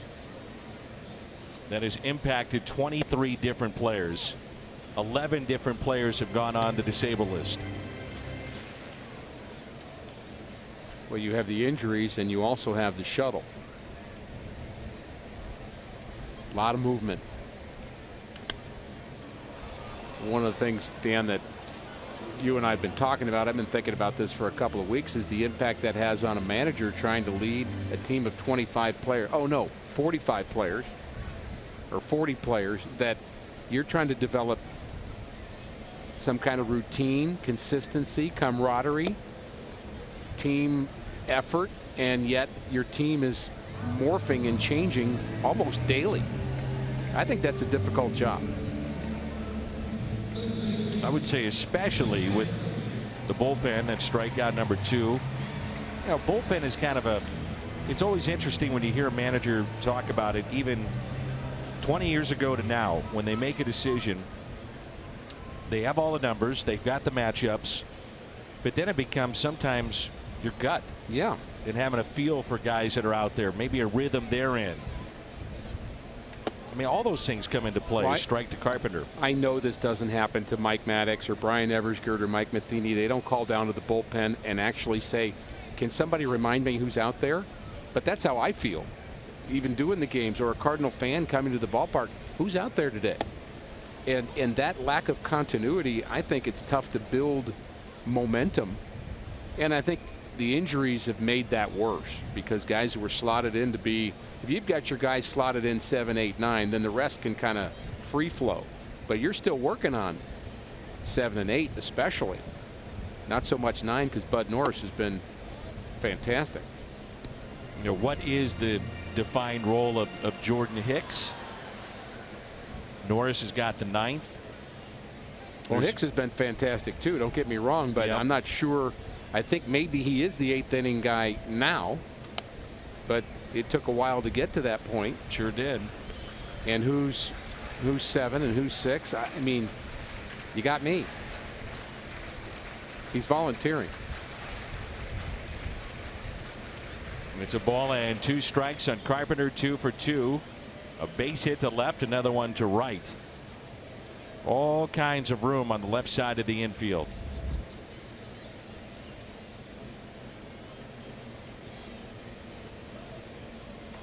Two and 2.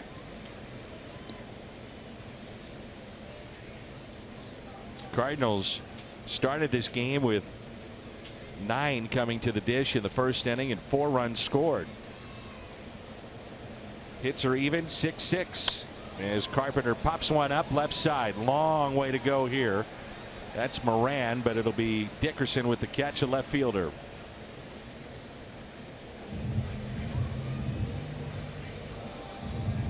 And 2 outs, and it brings in Harrison Bader.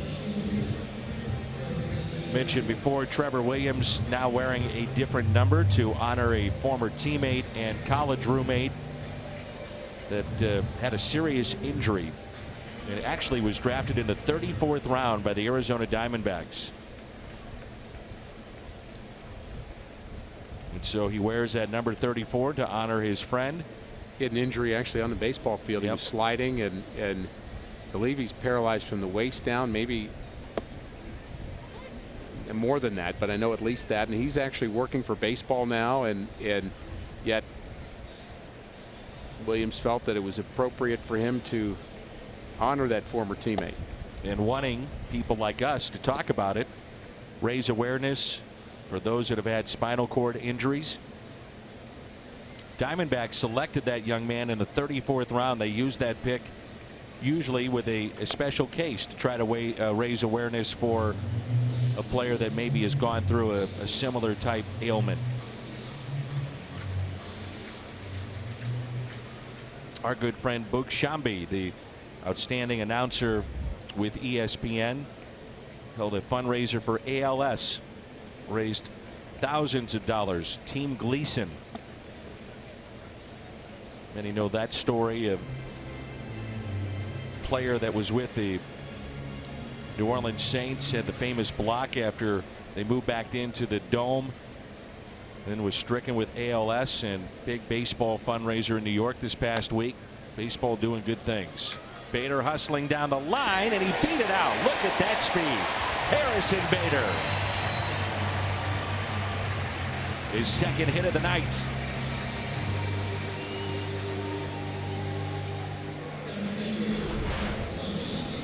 Bader's speed here. Fun to watch, and everything he does is at full throttle. Smelled the hit. He earned that base hit. And the Pirates, no challenge, so it extends the inning to Tommy Pham.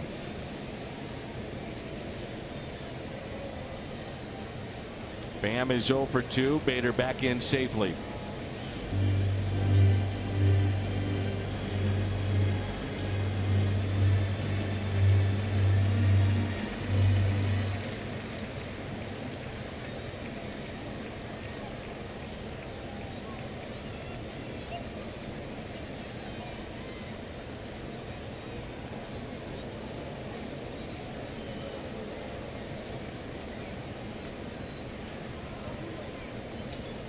Corey Hahn was the name of the, or is the name of the former teammate of Trevor Williams, who is honoring this year wearing his number. And a pitch taken high, ball one by Pham.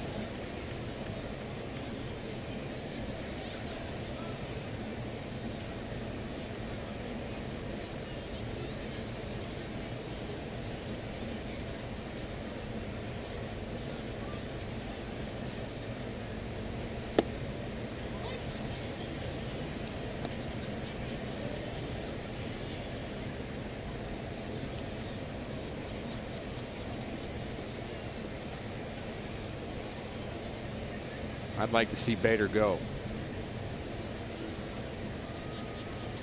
Leaning a little bit, now back in. Folks from Springboard to Learning were here tonight. Innovative program. They teamed up with the Cardinals, the Art of Baseball, and the culminating event tonight here at the ballpark. Kids and parents got tickets from the Cardinals. Congratulations to that outstanding group. Mary Steinow a part of that. Here's a 1-1. Bader is running, and he's got a stolen base easily. Bader is 6th stolen base of the year. Cervelli double clutched a little bit on that pitch to the plate. I'm not sure whether he had a chance to get him anyway. I don't think it was the greatest of jump. I think it's just speed right here by Bader. Puts his head down and goes.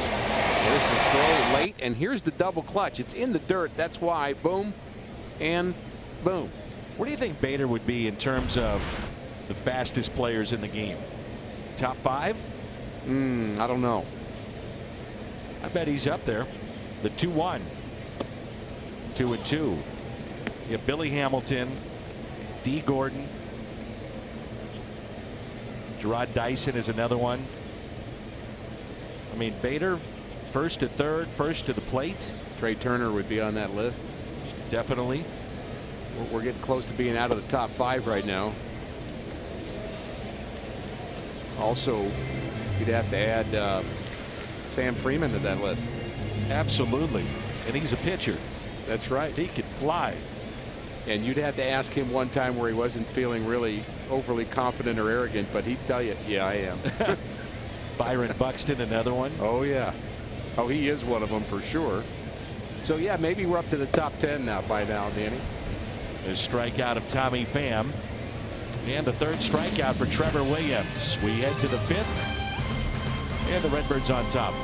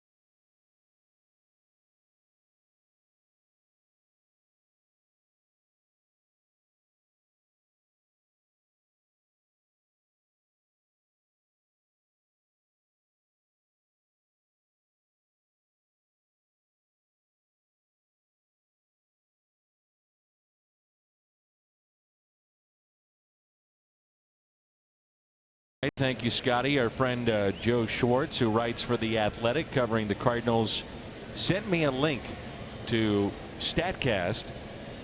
Harrison Bader, according to StatCast, the 7th fastest in sprint speed in all of baseball. And that's on the bases. That particular, I think he's fast in the outfield too, which is a little different. And he goes back and makes this look routine. Right on cue. Right on cue, talking about your wheels there, Harrison. But some players who are fast don't look fast in the outfield. But I think Bader's not one of those guys. Didn't quite get it on the screws. Straight line to the ball. Cardinals love his defense. Byron Buxton, by the way, is #1 on that list. Billy Hamilton, #3. I was a bit surprised. With Trey Turner 4, #2 is Delino DeShields. Adam Engel is on that. Acuna from the Braves, and then Harrison Bader. Ask and you shall receive.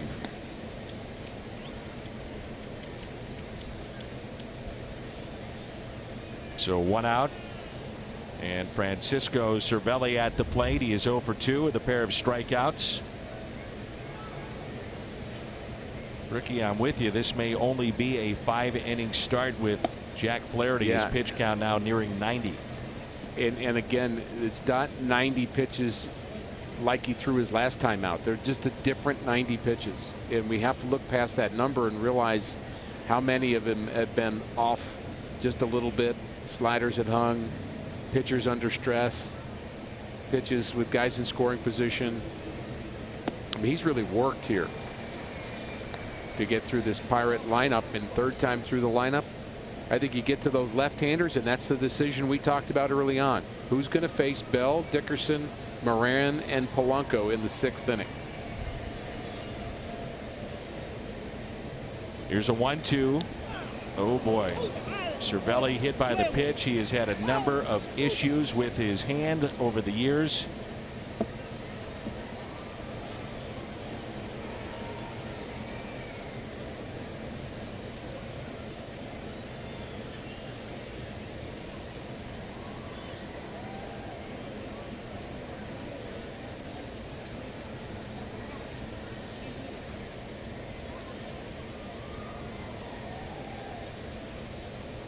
Clearly did not get him in a meaty spot. Hits him in the elbow. Looked like it already started to swell up. And you know, he's been hit in the hand so many times, as you mentioned, but I think the hand's worse than where it hit him. I mean, I'm not saying that feels good. It doesn't. Getting hit near the elbow. And look at the knot he has already on his elbow. Yeah, it's there.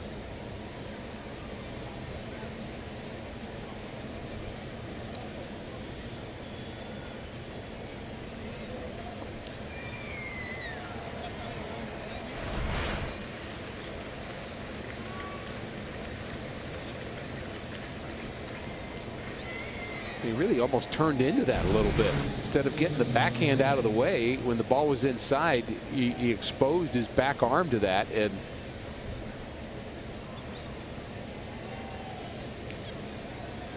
a lot of hitters will do it. They want to stay in. They want to guard that outside corner. They don't want to give it away.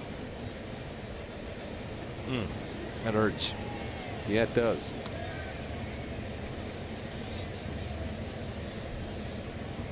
Inside to Starling Marte.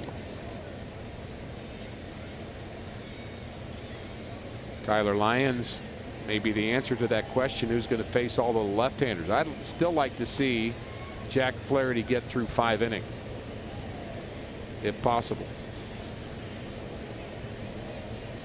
Well, I guess if there's a silver lining for Cervelli, missed time in 2016, that was a broken left hand. And then in 17 had inflammation in that wrist, so it looked like got him more towards the elbow. Right. I believe one of those hand or wrist injuries happened against the Cardinals too in Pittsburgh. Yes. Here's a 1-1. And a fly ball lifted to Dexter Fowler. He'll make the catch. Cervelli to the bag at first.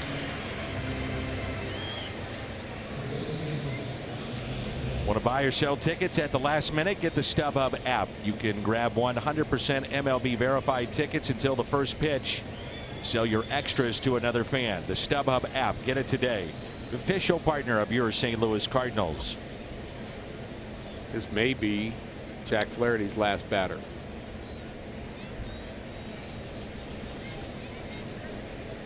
There's Josh Bell, who's 0 for 2. And I think if you're Mike Matheny, you're in late May. You've seen him go 120 pitches in one game. That was 2 starts ago. And you've also seen him have 120 and 1 start in the minor leagues. This is where these starts at 120 you really grind through, where maybe Flaherty cruised through that at the minor league level. So you got to be careful. Yeah, and I think he cruised through the 120 that he had against the Phillies in a way, because he had 13 strikeouts and he was in a groove. Hardly any pitches out of the stretch in that game. But he's labored through these 95. Still like to see him be in line for the win, though. I think that's important for a starting pitcher, to get through 5. Psychologically, if nothing else. There's a number of people in baseball, and I don't agree with them, but I'm not saying they're wrong or right. I just don't happen to agree with it. I think it matters to a pitcher the number of W's you get, a starting pitcher. And the 2-1 is lifted high in the air out to right center. Fowler back near the wall, and it's gone. And the game is tied at 4 as Josh Bell goes deep for the 4th time this year. A 2-run homer, and we are tied up 4-4.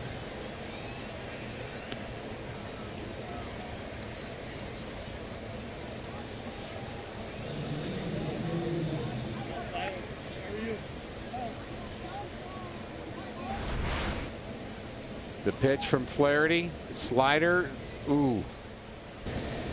Not a lot of break to it, middle of the plate. And Bell did not miss it, just barely got out of here.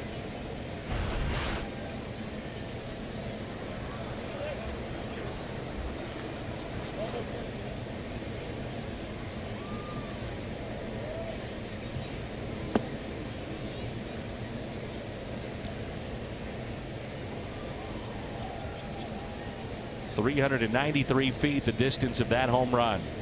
First home run since May 11th against the Giants. So what was a 4-0 lead is now vanished. It's 4-4. Here's a 1-0 pitch.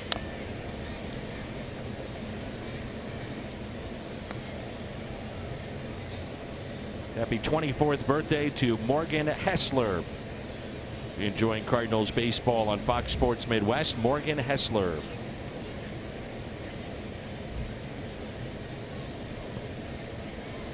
This has been a hard 5 innings for Jack Flaherty today. Inside, and it's 2 balls and 1 strike. Cardinals had a 4-0 lead after the first inning. Pirates picked up 1 in the second, 1 in the fourth, and 2 here in inning number 5.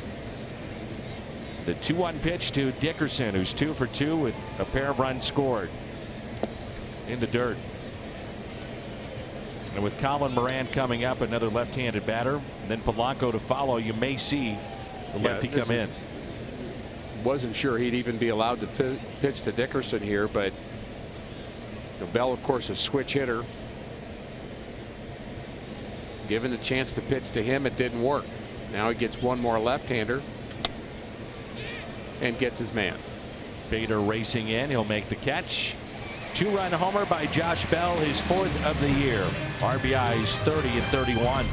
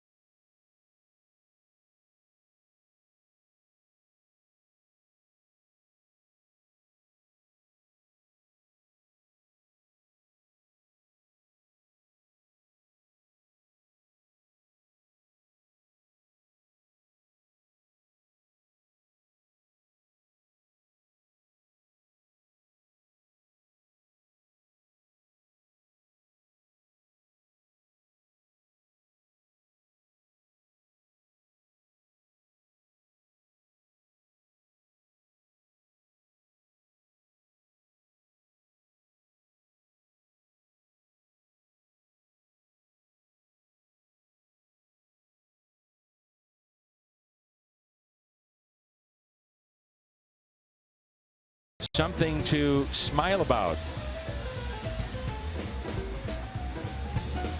And the Cardinals got off to a great start in this game. They led 4-0.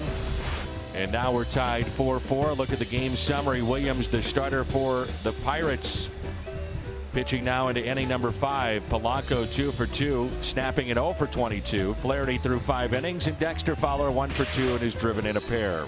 I'm still smiling, but I'm forcing it a little bit after that Josh Bell home run. I'd like to see the Cardinals get some runs and put Flaherty in line for his 3rd straight victory. Fortunate for Flaherty in this start, he did not walk a batter. Could have been worse. And Martinez shoots that foul and out of play.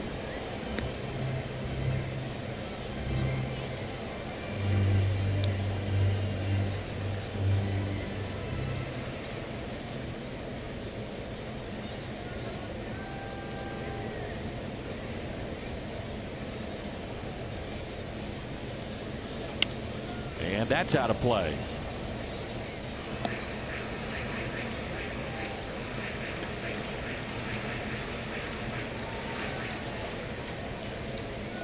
And see Flaherty not happy with his performance here tonight.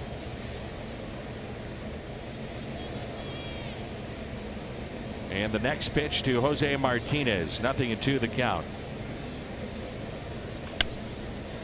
And another souvenir. When things don't go your way, and the reason he's going to think that is he's going to think about the fact that his team gave him a 4-0 lead and he gave it back. That's really the bottom line for a starting pitcher. You get the lead early, you want to just make it stand up. That is your job. Pass it to the bullpen whenever you get there, whenever you run out of gas, but don't give the lead up. So he's going to have to wear that, and he will, and then he's got to get over it, and he will. Games like these, for you, how often do they linger? I mean, it's human nature. You think about having that lead. You still feel it the next day. Sometimes during the end of the. I would say if it was a bad start, I would say it would last through the next time I threw a bullpen. I mean, it would be a couple of days. You'd still be thinking about it. It wouldn't be as bad. Your team wins the next night, then you've got something else to think about and kind of help you get over it. But you throw the bullpen the next day, you start thinking about, okay, this is what I'm going to do the next time, and you realize, wait a minute, I've got to shift from worrying about last game to thinking about next game, and that's when it happened. Here's Dexter Fowler. And a pitch taken low. Dexter 1 for 2. Came up with the bases loaded in the first. Picked up a single and drove in 2. Remember times, Dan, it was literally hard to go to sleep. I bet. I mean, you're running it through your brain. What was I doing? And Fowler hits it past Bell off the sidewall. And because of that, he's on his way to second base in with a double. Fowler starting to pick it up. 3-hit game yesterday, 2 hits tonight.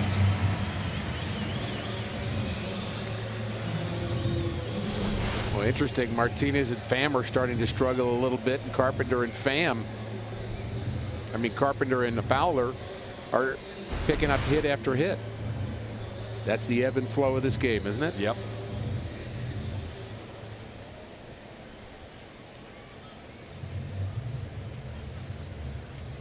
That's Ray Searage, and they're going to give the bullpen some time to get up and start throwing.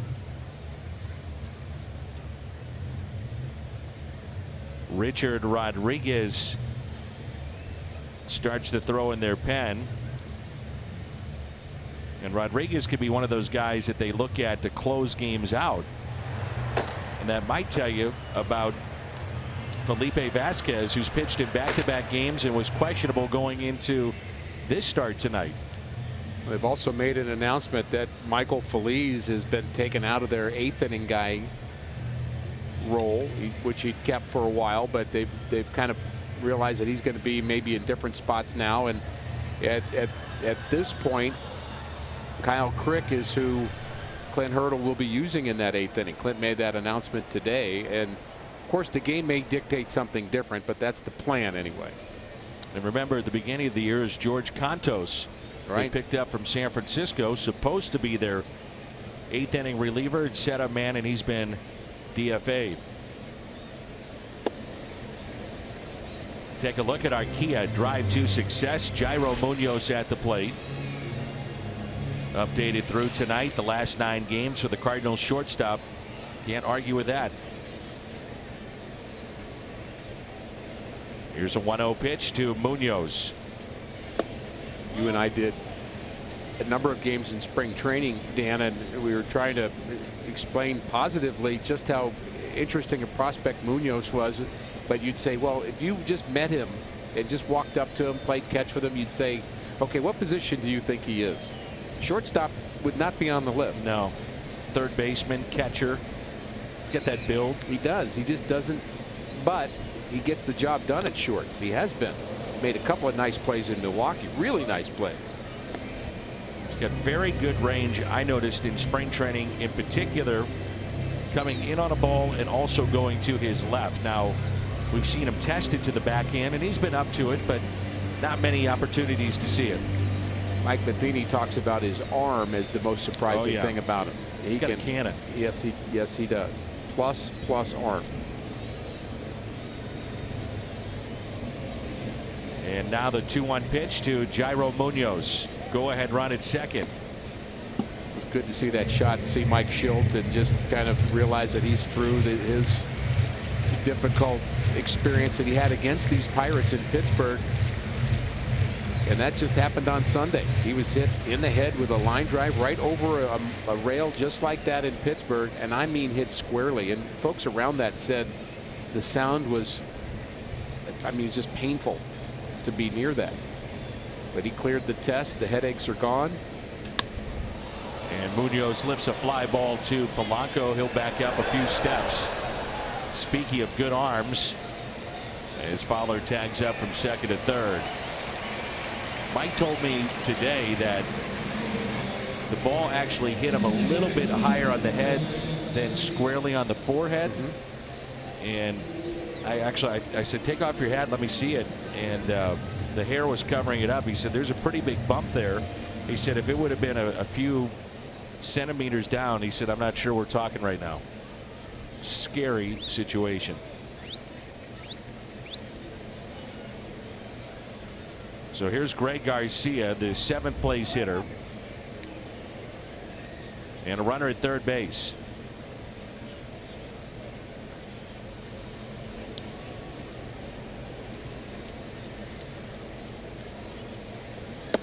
And that is taken just high. It's been a tight strike zone. I understand they're experimenting in the minor leagues with having the on deck circle be where even if you're the visiting team, if Garcia was a right-hander, you're the home team in this case, you would have your guy on their side so you wouldn't be in the line for a foul ball. Garcia, a little flare into center, and the Birds are back on top. Base hit for Garcia, his 2nd of the night. And how about Jack Flaherty? You got your wish, Mr. Horton. Well, he's got the lead back. Now it's up to the Cardinals bullpen. Tyler Lyons will be the first one out, but Flaherty has to be happy about this. Base hit. It's an off-speed delivery off the end of the bat. There's some smiling for Greg Garcia. And Dexter Fowler scored twice here tonight.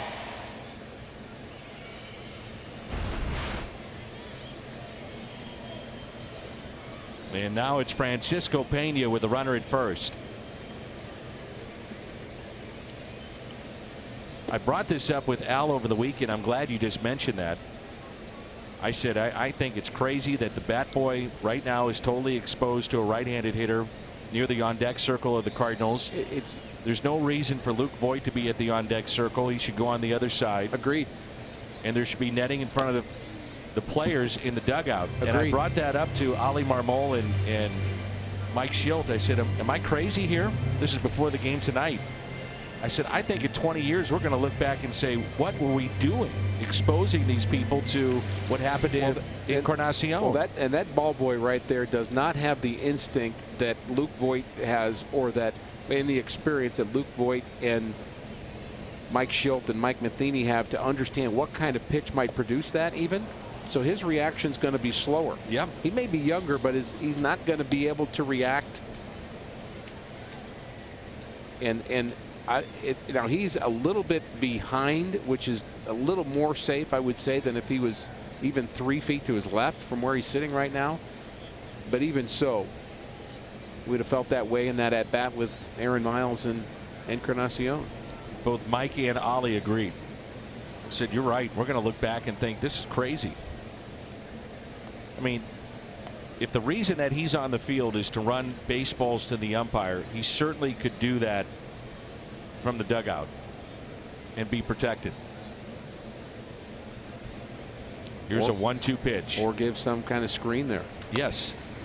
Hit on the ground and backhanded by Moran across the diamond, and a strike as Pena is retired. Greg Garcia puts the Cardinals back on top. It's 5-4.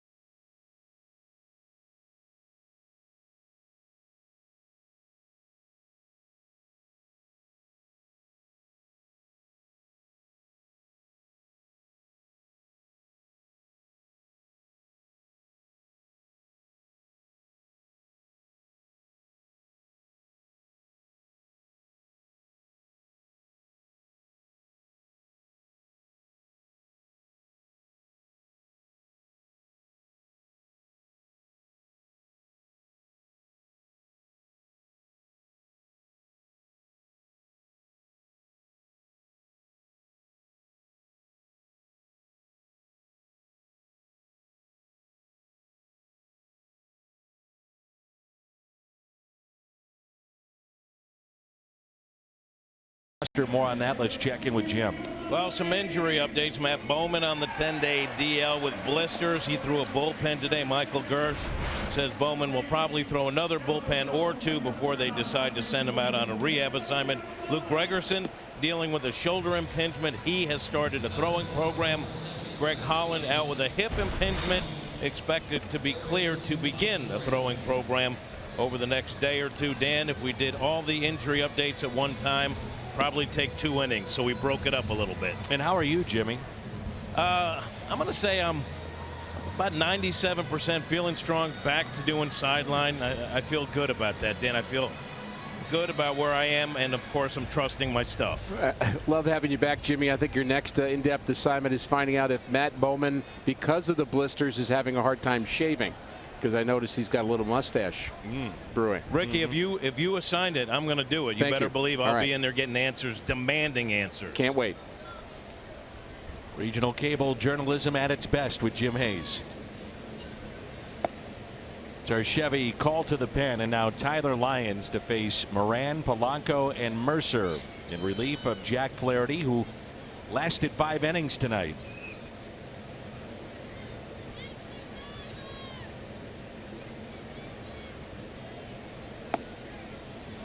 One ball and 1 strike. Hyundai pitch arsenal: slider, fastball, changeup from Tyler Lyons. Basically called a slider and fastball. And a lot of sliders when he's right. And the slider is still not quite 100% for Tyler. And so he's using the fastball more. And one fastball he threw in Milwaukee was hit pretty hard. Christian Yelich. That was a 1-pitch appearance for Tyler, and I know he'd like to get back on track again. Here's a 2-1 pitch, and it's popped up. Pena throws the mask. It's near the screen. He's got a play in the out.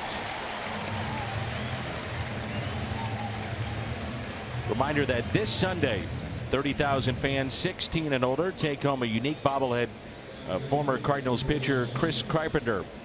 Memorable slide during the 2011 World Series. Don't miss a Prairie Farms Ice Cream Sunday. That's in the Ford Plaza while supplies last. It's the final day of the Ritz kickoff to summer weekend. John Brebbia, the right-hander, throwing in the Cardinals pen. Sunday is also Christian Day here at the ballpark. And the featured speaker, one Willie McGee. And a ball to Polanco. He's 2 for 2. He had a 10-pitch at bat in the second inning. And a base hit to right field. Then a double RBI to right center in the fourth. Here's the 1-0.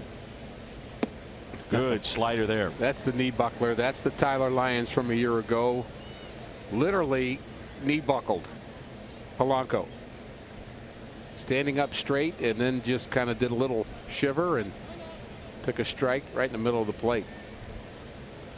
So he's thinking fastball, fastball. There's the late break and the knee just whoa, whoops. And he tried to step back into it like he wasn't fooled. Another good slider. Maybe Tyler's getting closer. They need him. You know, you think about the lefties, and I'm talking about the batters in the Central Division, and certainly the Pirates have a bunch. There's a strikeout, but you have Joey Votto, you have Rizzo, you've got Yelich, you've got Eric Thames. It's imperative to have that lefty that can get them out. Nice tilt, nice depth on the slider. And that'll be it for Tyler Lyons. Job well done. We're going to see a lot of the bullpen tonight. This will be a double switch. Colton Wong into the ball game. He'll take over at second base for Greg Garcia. And John Brebbia coming in. So double switch. We'll tell you all about the changes when we come back to Busch.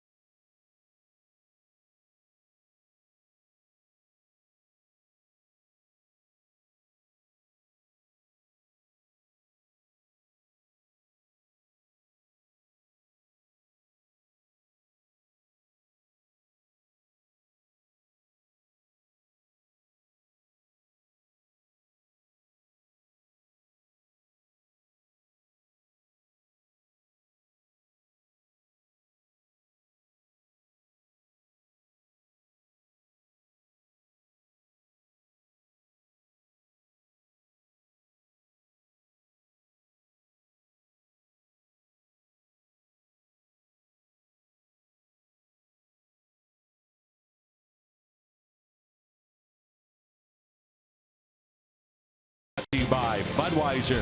Wherever legendary MLB moments happen, Budweiser will be there. And by Ford, going further so you can. The double switch for the St. Louis Cardinals here in the top of the sixth. The new pitcher in is John Brebbia as Colton Wong takes over at second base. Wong will bat in the ninth position in the Cardinal lineup. He'll be due up first in the bottom half of this inning. Brebbia goes in the spot occupied by Garcia, seventh in the Cardinal lineup, and it's our Chevy called to the pen. Brebbia's had some good moments and some tough moments, still trying to get his feet square on the ground here in the Cardinals bullpen this year. They were there last year. He had some really nice moments, very productive out of the Cardinals bullpen, very durable too. And an off-speed pitch for strike one on Jordy Mercer. Carlos Martinez, by the way, is lined 4 innings, 5 hits, 2 runs, no walks, 4 strikeouts, 2 home runs allowed with Springfield. Here's the 0-1.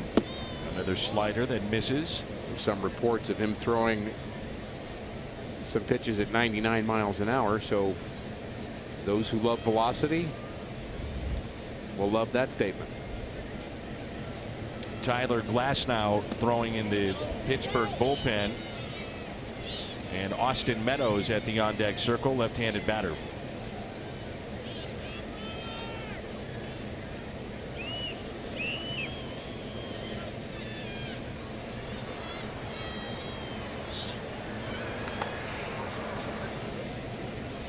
Outfield straight away, the 2-1 pitch missed in, 3-1.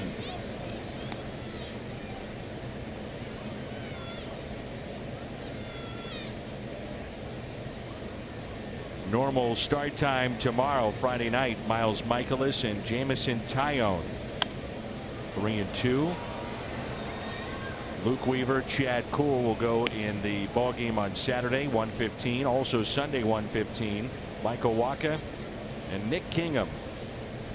What percentage of major league relievers, Dan, throw out of the windup with no runners on base? What would you guess? There aren't many. No. 10%? Maybe. Not very often. Always see him working from the stretch. A 2-out walk.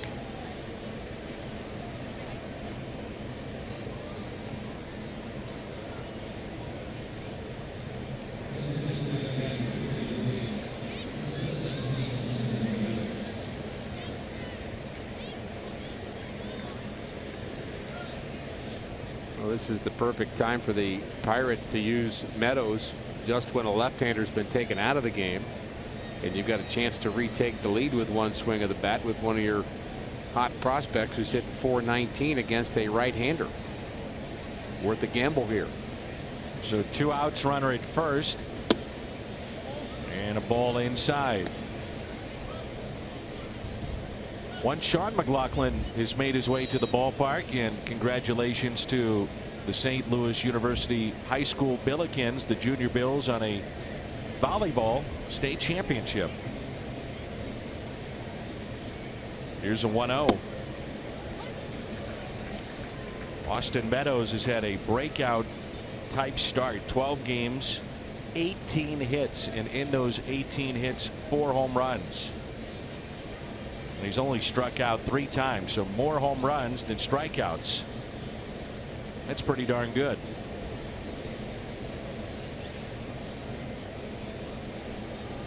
So 2 outs, runner at first, and the 1-1 pitch by Brebbia.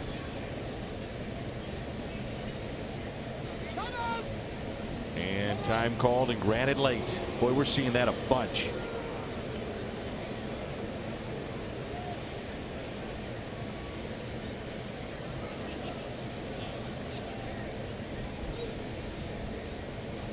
With the emphasis on getting the batter to the box quicker, the pitchers to throw the pitch quicker. You've got both sides not on the same page in terms of who's going to blink first and how am I going to control this game, and I think that's why it is happening. Here's a 1-1, and Meadows hits one out to deep left. Did he do it again? No. Bader is there on the track to make the catch. Ooh, he gave it a ride.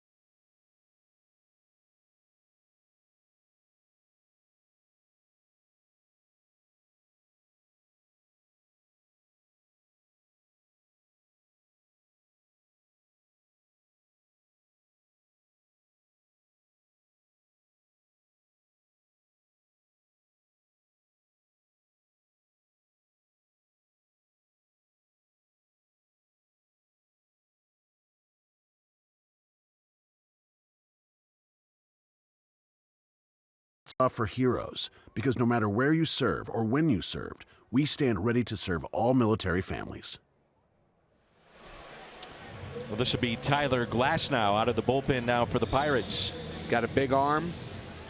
One of the can't miss prospects for the Pirates. Our Chevy called to the bullpen, been very tough on right-handed batters. We've seen him a few times already this year. He is one tall pitcher too. He's got a big downhill delivery. I would think that ball gets on you in a hurry. Well, right now, Jack Flaherty still in line for the win as he went 5 innings. Tyler Williams went 5 innings. And Glasnow will face Colton Wong as part of the double switch.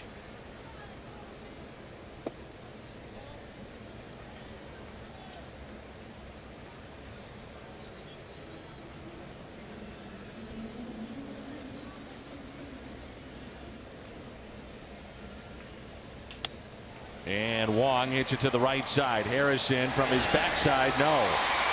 Wong beats it out. It's a base hit. Well, Colton was jammed a little bit and picks up the base hit. Nice attempt by Harrison. But just how fast does this ball get on you? That's a big, tall guy throwing 98 in the kitchen. And Colton's still able to get enough on it to get this infield hit. And it brings in Carpenter, 2 for 3.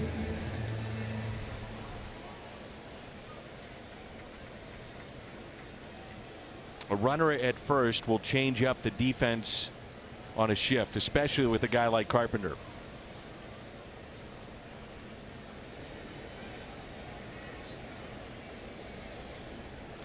And Carpenter rounds it to Mercer. He'll get the lead man, and with the shift, they can't turn 2. Boy, right on cue. Do you know that was coming?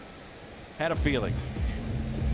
Well, you also have to guard against Wong maybe trying to steal too, so it's a challenge for the defense to figure out how do you turn 2. This is a ground ball tailor-made if there's somebody there to flip it to, but he had to run himself, do a jump throw, not in time. So Matt Carpenter, your runner at first. Here's Bader with 2 hits. Matt Carpenter has not hit into a double play yet this year. As Bader hits it high in the air near the line and right. Catch made by Polanco.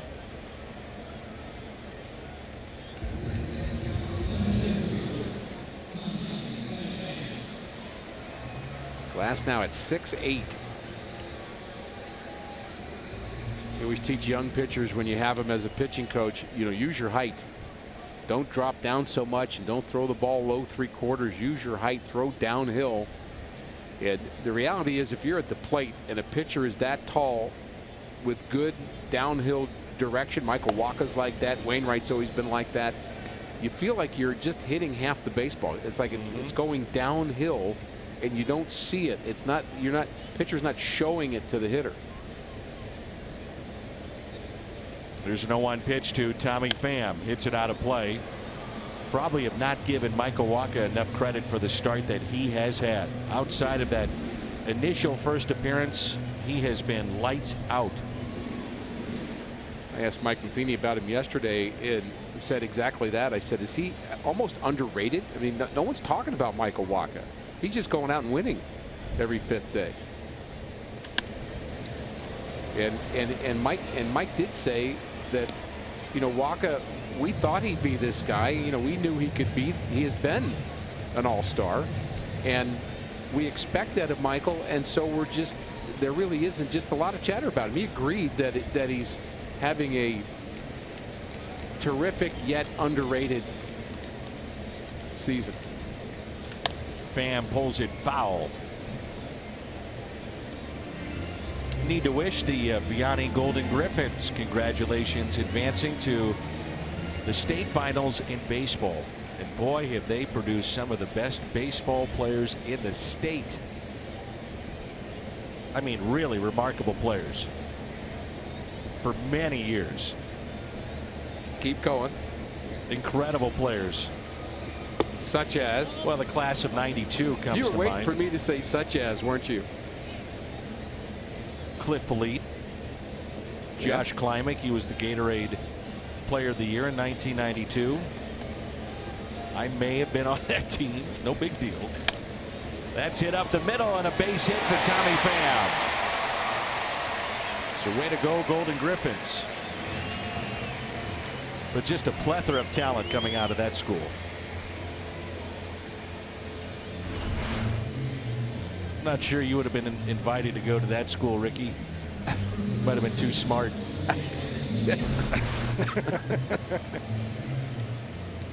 I don't know what to say to that, Danny. I know that's not true. No, it's a wonderful place. I thought you were going to ask me about all the great players to come out of Roosevelt High School. We've already covered it every other game. You know, there's that's Virginia. No, that's Virginia. I'm talking about high school. There was a Cardinal pitcher that went to my high school. Is that right? Yeah. And probably may have played with Cliff Polite. There's a liner into right, but Polanco's there. Frank Cimarelli. He was here for a half a cup of coffee. Congratulations, Vianney. It's 5-4.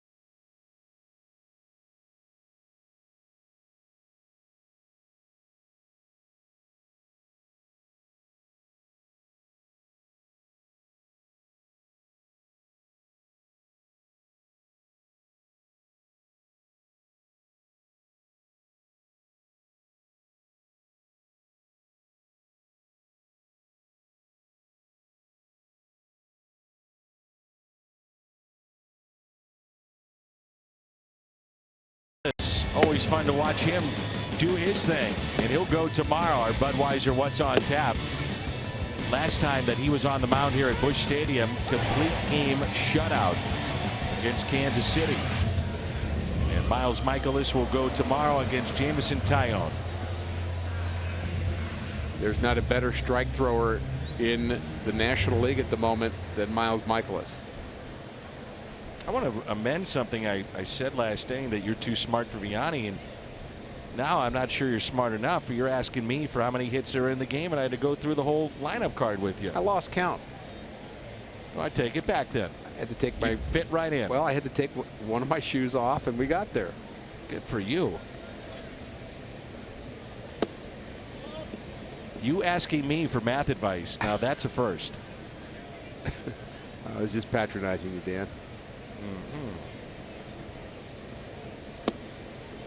There's a strike on Josh Harrison. He's 1 for 3. A single to left. He is struck out and also fly to left.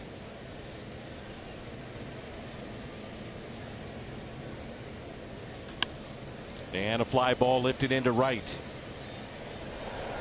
Dexter Fowler with the catch.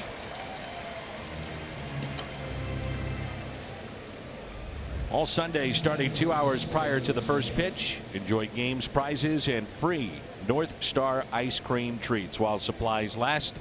That's in the Ford Plaza, presented by Prairie Farms.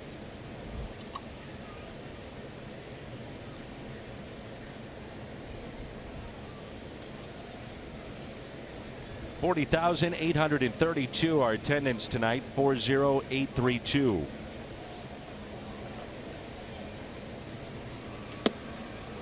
And a strike to Francisco Cervelli, hit by a pitch.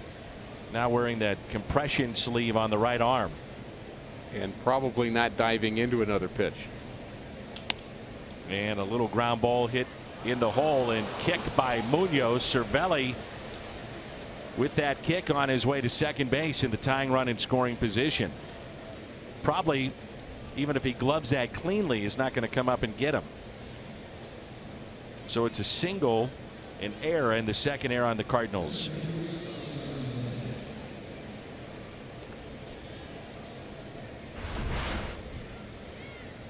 He's just trying to knock that ball down and keep it from going in the outfield. He does kick it to the left. I'm surprised that error wasn't given to the pitcher. You are bitter. And I'm not sure whether you needed to give him an error on that.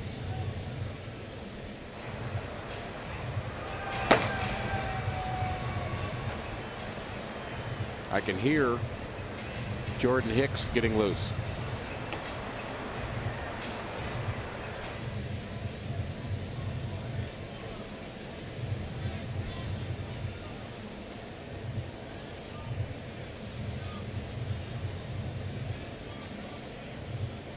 This might be one of those games where you think about extending Hicks beyond just the one inning. We'll see.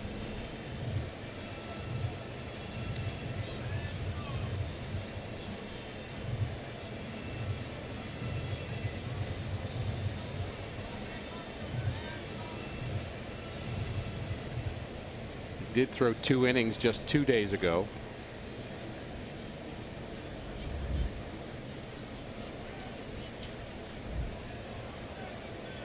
And an inning 2 days before that.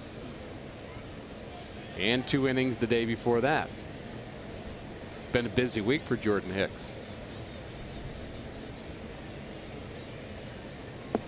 Nasty slider there by Brebbia. Maybe his best of the night.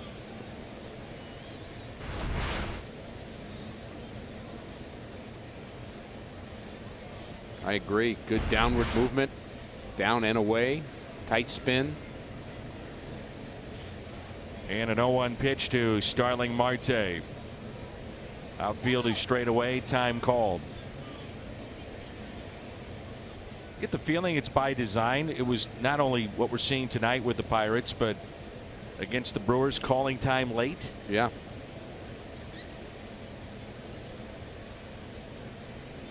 That's happening all over baseball right now.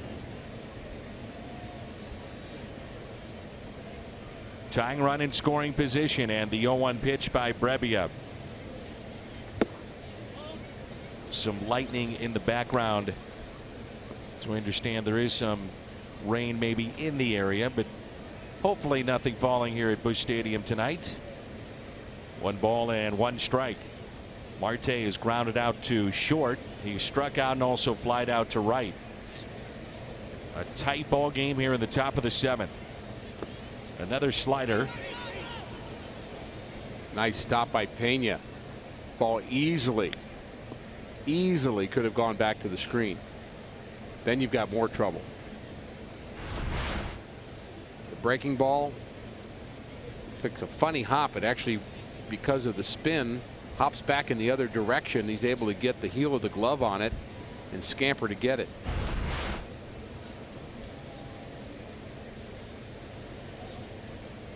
Two balls, 1 strike. Big pitch in this game right here. And Marte reaching for it. Munoz knocks it down. And runners will be at the corners. That's a base hit. Boy, the ball will find you, and it's finding Munoz. Well, I think this is going to be a hit anyway also, as it's to the left. He's got to dive for it, and throwing out Marte would not have been easy. It may be impossible, and at least getting the glove on it, keeping the ball in the infield, gives you a chance, and that will be it for Brebbia.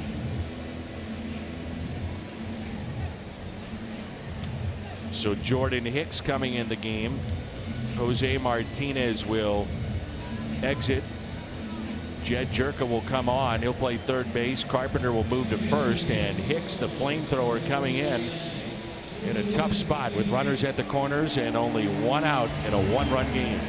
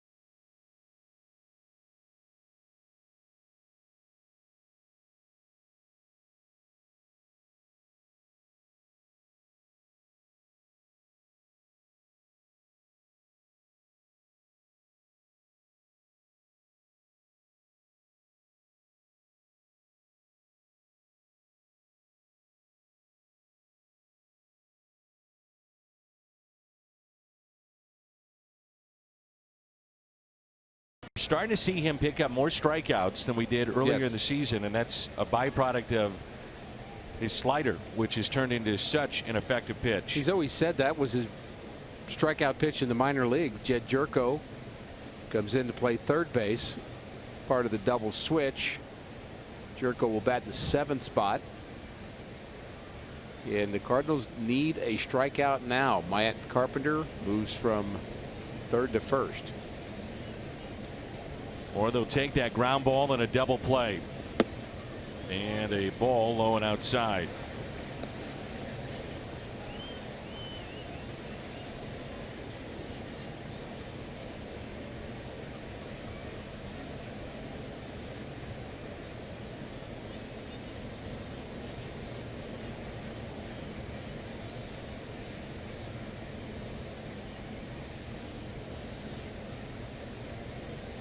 And the 1-0 pitch to Josh Bell, 2-0.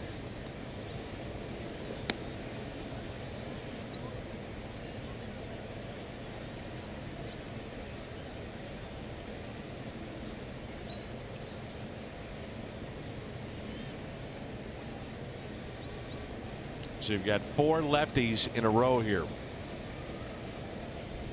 This is that spot we were talking about. Lyons was used the first time. 3-0.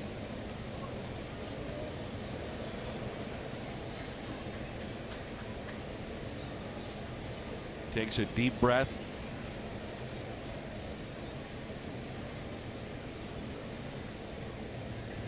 Bell with great power.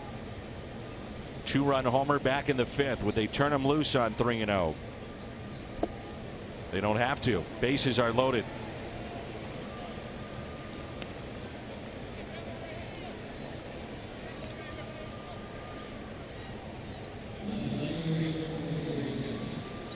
We talked early, Dan, that this game would really stress both bullpens. Felipe Vasquez has pitched twice in 2 days for the Pirates, so he may or may not be available today. They've had some upheaval in their 8th inning slot. The Cardinals have been searching for 7, 8, 9 answers, and this is indeed a bullpen game, especially here in the top of the 7th inning. No place to put Corey Dickerson. 1 out, bases loaded, and there's a strike. The split's really not much difference with Hicks. Lefties 159, the right-handed batters 143. 105 is 105. Right. –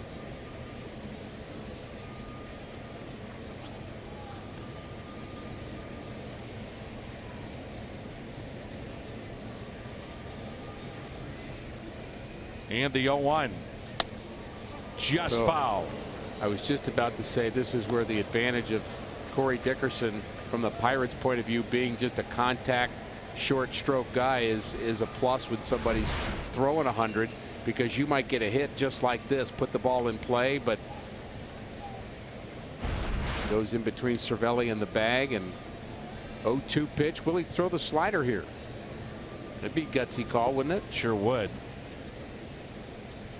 You speed up a bat, it could be spinning, not breaking. If you're wondering, Dickerson has grounded into 3 double plays.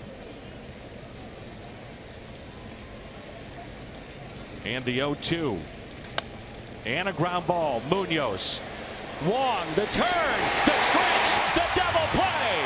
It's a double play with the bases loaded.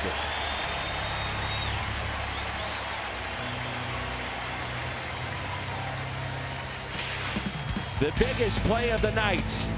And what a turn by Colton Wong. Quickly to first in the stretch by Carpenter.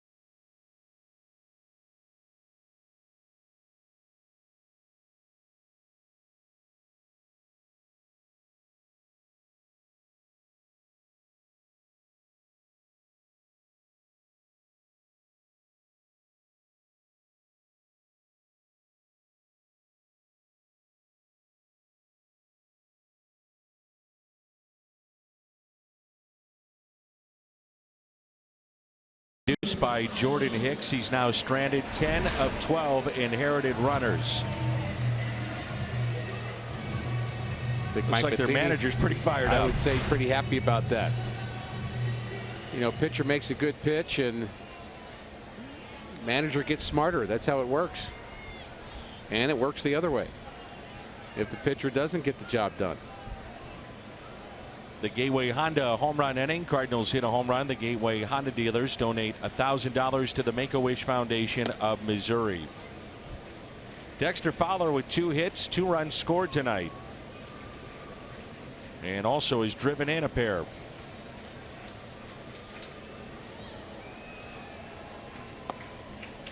Oh, 0-2. We're in the bottom of the 7th, and it's 5-4 St. Louis.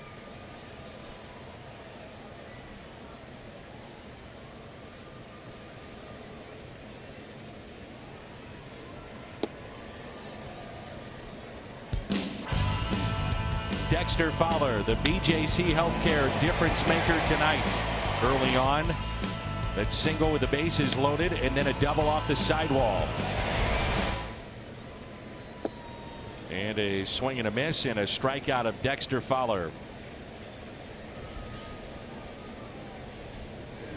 The fastball on the prior pitch, Dan, was 100 miles an hour from Glasnow. So you've got 2 pitchers in this ball game throwing 100 miles an hour.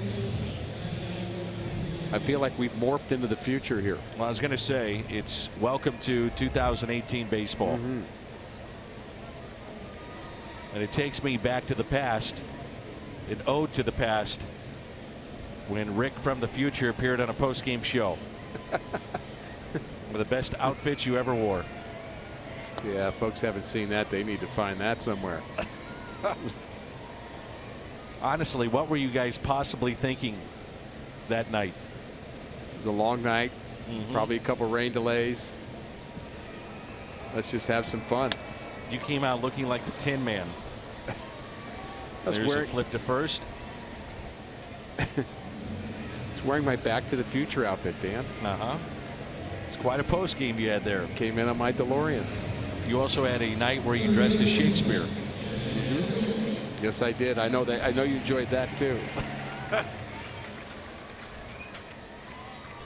Here's Jed Jerko, first plate appearance of the night in the 7th spot in this lineup, and the second double switch for the Cardinals. So Jerko here with a good fastball pitcher, and Jed pops it a mile high on the first pitch, right by the second base bag. In a 7-pitch inning as Harrison makes the catch, and Hicks, we assume, heading back out for the 8th.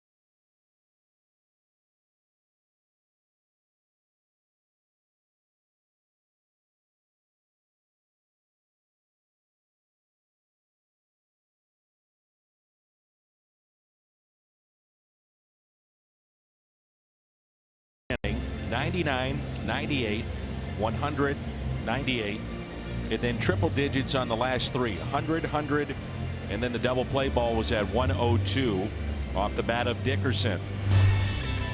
Our Budweiser play of the game so far, and here it is, inning-ending double play. Well turned, as you mentioned, by Colton Wong. Manager's happy. Everybody's happy. And that was such a defensive swing. When you know that swing reminded me of the one that Adubel Herrera struck out on. The fastball was so hard that had so much sink to it. He swung at a pitch, Herrera did, batting over 300 at the time, that almost hit the plate. And it was a fastball. That's unheard of. Here's Colin Moran. He's 0 for 3.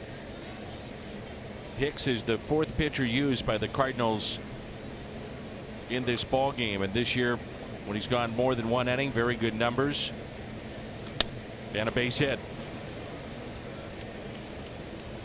This is Hicks's 4th game in the last 6 days. And this is the 3rd time he's been asked to go more than 1 inning in those 6 days. So it really begs the question how careful the Cardinals must be with him throughout this year. This is a special man, special arm, and one you've got to be protective of, as Sean Rodriguez will pinch run. I think they're thinking pitch total maybe for Hicks, if they can keep him, maybe pitch to a couple more batters, bridge to Norris, and make Norris go more than 1. I know that's not always the plan either, but you got to do what you got to do.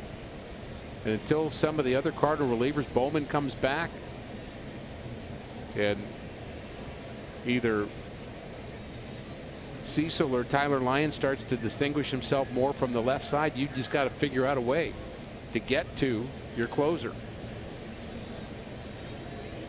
5-4. And now Polanco. Strike one.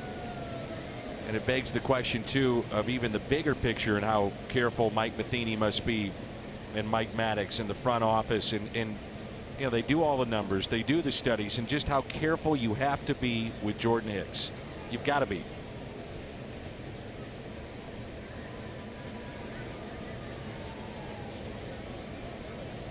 Here's a 0-1 pitch now to Polanco. I think some of that care you have to get some feedback from the pitcher too. The feedback is what he says and how he looks. That's two different parts of the feedback. If he looks good, you'd say, well, he's handling, his arms bouncing back fine. I get it. I know what you're saying. I think you're spot on. I would counter that by saying he's 21 and he's not going to tell, you wouldn't think, Mike Matheny, you know, Skip, I'm just not going to go today or tomorrow. I need to come. You just don't get that. Agreed. You know, well, it's pro baseball of the 21-year-old. Right? It's a factor, but it's factor D. But the reality of what I said, Dan, this is the third time in the last 6 days going more than an inning. Ouch. Well, we've seen that a bunch with Hicks. Great sink on his pitches, those foul balls, and obviously Molina's had it. Pena had one off his knee. This one off the foot of Polanco.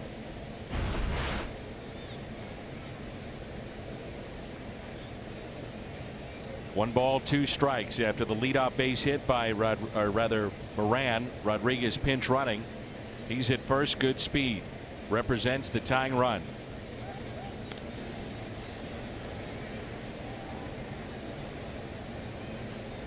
Left on the bench from the left side, Frazier. Freeze from the right side, and the backup catcher, Elias Diaz.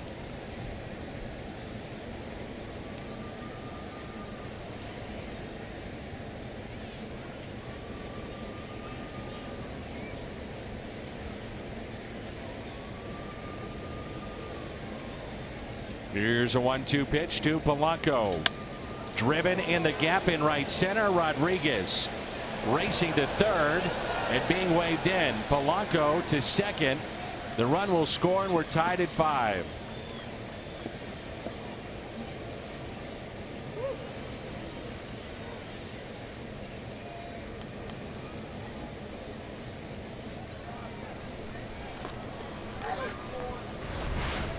Well, Polanco starting to get heated up. That pitch 98, but up in the zone. And a little bit of a shorter swing from Polanco that we saw in Pittsburgh, and he hits the gap. That's his second RBI double. Second time that we both have thought you might want to stretch it to third, but he wanted to be careful here. Tie game, puts himself in scoring position with nobody out. Ties Polanco's season high with 3 hits. Mercer takes a ball high. Well, here's where the durability of Jordan Hicks becomes even more of a question. Once the lead has been given up, he's got a chance to throw a lot more pitches potentially in this inning. And with that, don't you think you need somebody up?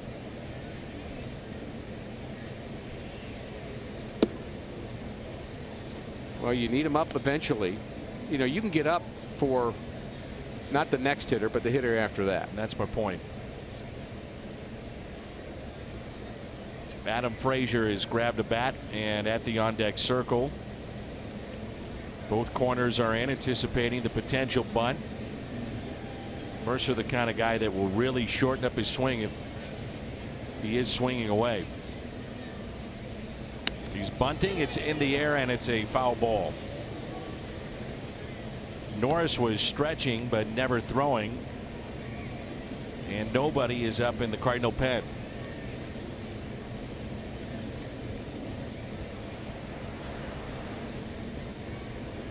I think a reasonable question would be, who's next? Absolutely. And the other question is, when do you get him up? And the answer to that is right now. Mike Maddox goes to the phone. That's fouled back.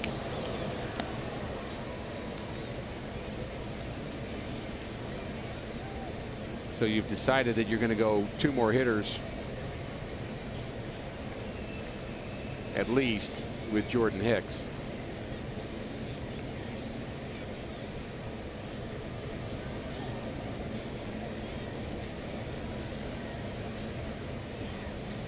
Two balls, 2 strikes. Room on the left side of the infield. And the next to Mercer. Fouled away.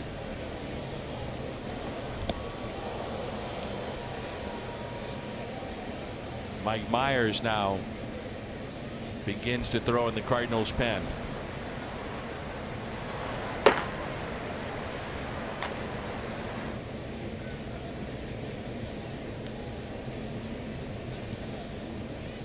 Seeing a lot of fastballs and not the slider. Maybe that changes here. The 2-2 pitch from Jordan Hicks. The fly ball into right field. Coming in, Fowler. He'll make the catch. And the runner stays put. That's a big out. Yes, it is.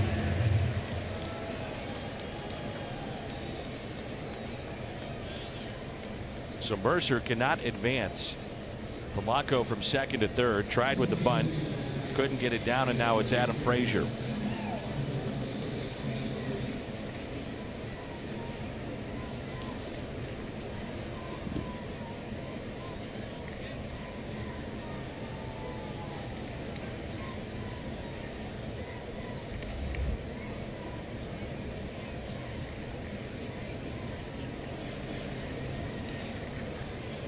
So 1 out and a runner at second base. And that's a foul ball.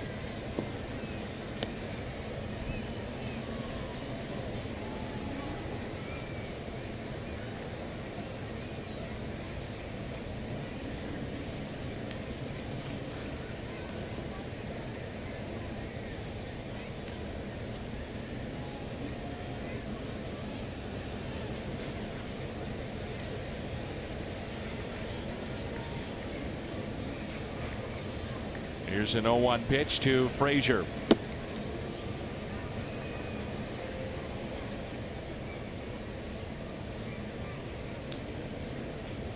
Frazier actually has been better against left-handed pitching this year at a clip of 267. The righties are 229.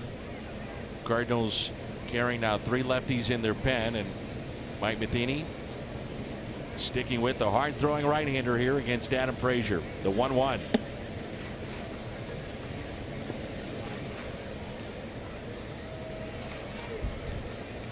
So Bud Norris has joined Mike Myers. Cat and mouse game here is if you have a lefty up and you bring a lefty in to face Frazier, then you've got your lefty, whoever that is, facing probably David Freese as a pinch hitter. So which would you rather have? Right. And David Freese, professional hitter. Then you've got maybe your better reliever at the moment going up against maybe a similar type hitter. I think that's why you like this matchup better. The reason Norris is up, if Jordan Hicks is able to get through this inning, Norris would have the ninth.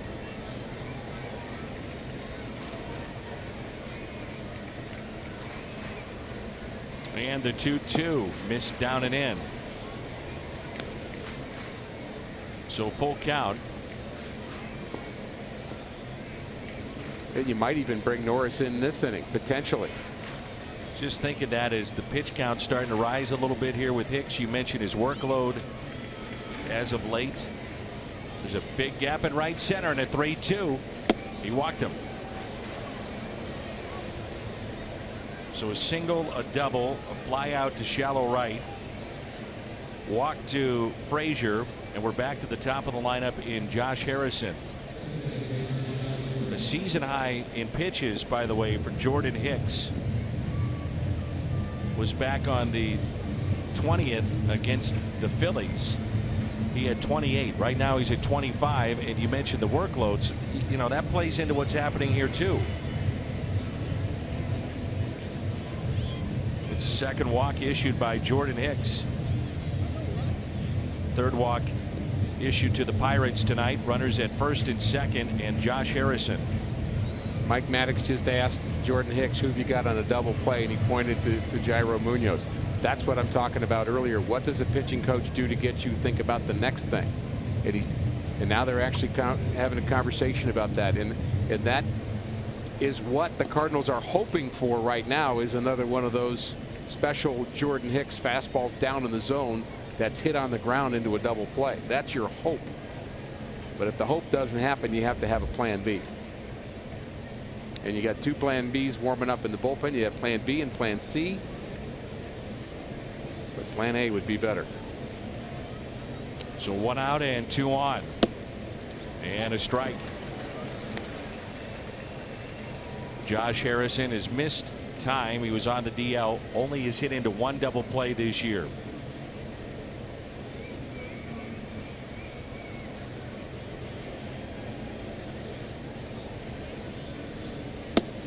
Oh, 2.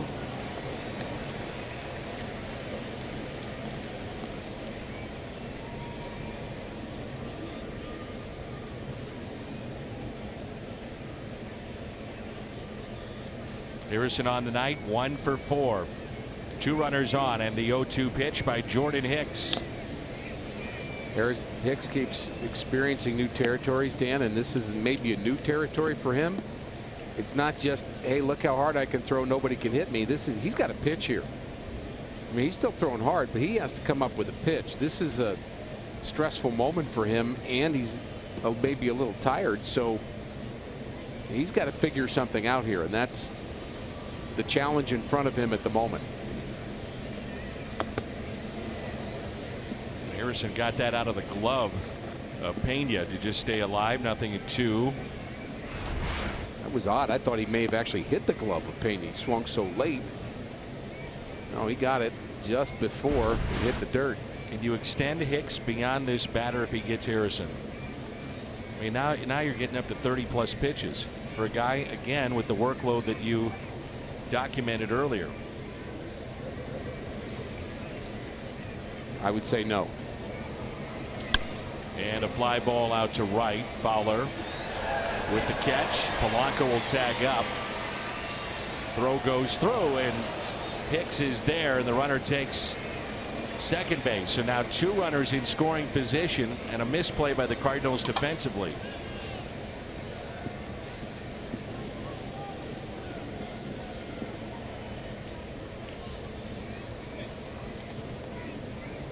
It wasn't a bad throw from Dexter Fowler. They let the throw go through, and I think Jerko may have been obscured by the runner, perhaps. There's the throw by Fowler, and it's just a normal one-hopper, but it's on the other side, and somehow I think Jerko may have thought that Munoz was going to cut that ball off, and certainly a mistake by the Cardinals. And as we said, Dan, no more pitches. Yeah, that's rightly so for Jordan Hicks. Yeah. It's called an error on Dexter Fowler. That's a tough one to take. Ozuna part of a double switch. And Marcel will go, looks like maybe to right field, but we'll see if they change that if Ozuna goes to left and then put Bader in right. We'll tell you about the changes when we come back.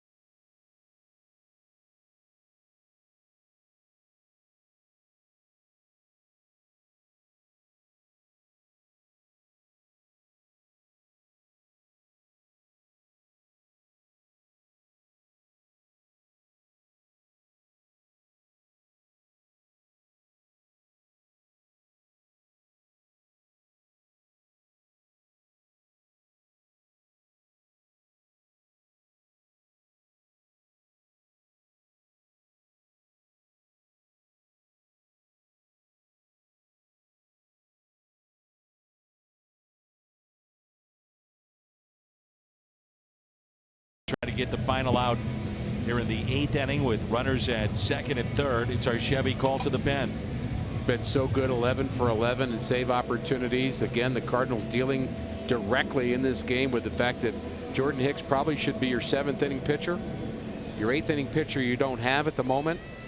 Norris is your 9th inning pitcher, but both Hicks and Norris have to bridge that gap into the 8th inning, and that has become a big workload for them. Look at the Cardinals changes defensively. Ozuna does go to left field, so Bader moves to right.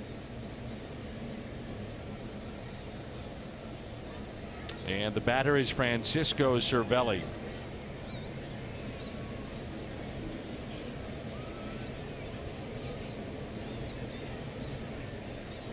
Cardinals left Pena, Wong, and Carpenter in the bottom of the 8th. 5-5 our score. And the first pitch, a ball.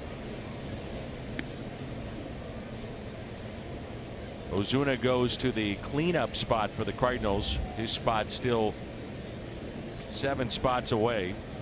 Check that, 6 spots away. And then Norris right after him. Here's a 1-0 pitch. Norris to Cervelli, who has been hit by a pitch and also singled. Ball 2. The Cardinals with the air by Fowler have committed 3 years in the game. Norris has had 3 days rest, so he should be well rested for this appearance. The Cardinals now with Luke Voigt and Carson Kelly left on their bench.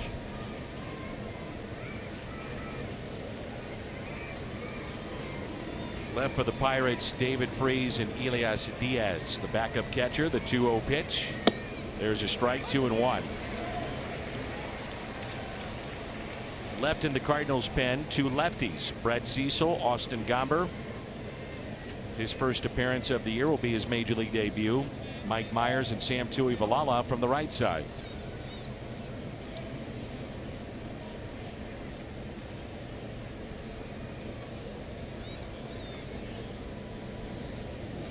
And the 2-1 pitch to Francisco Cervelli.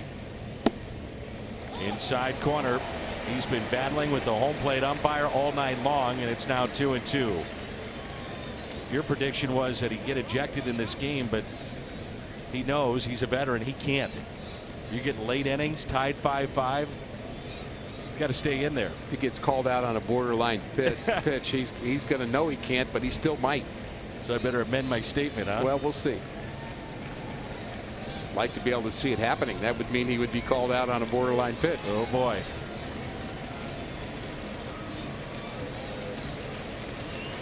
Two balls, 2 strikes as the crowd comes alive.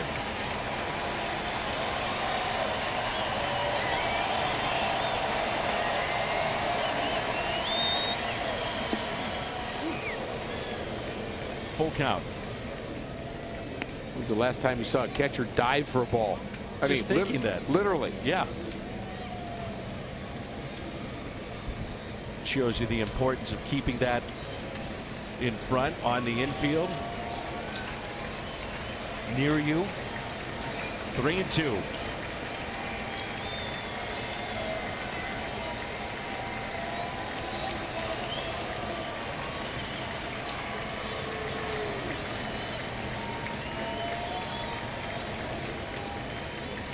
Cervelli with a fly ball out to deep left. Ozuna looks up and it's gone. 3-run homer. The Pirates go on top. Cervelli stopping at second base, but this will be a home run. There's a little bit of room behind the actual wall that's in play. That's maybe about 2 or 3 feet deep. It hit off the top of that second wall. It's a 3-run homer, and the Pirates have an 8-5 lead.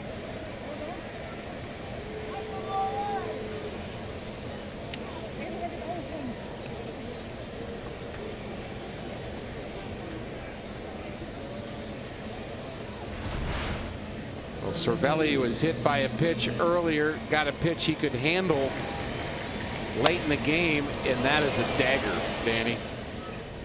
There's the ball going over the first part of that wall, hits off the top of the second fence, so it is indeed a home run. And Cardinals bullpen woes continue. Well, if you're Mike Matheny now, do you think about getting Norris out of the game right now? Yep. You know, you got 3 more games coming up. Save situation pops up tomorrow. You got to go to him. And now you're down by 3. I think that's the wise move. Take him out right now.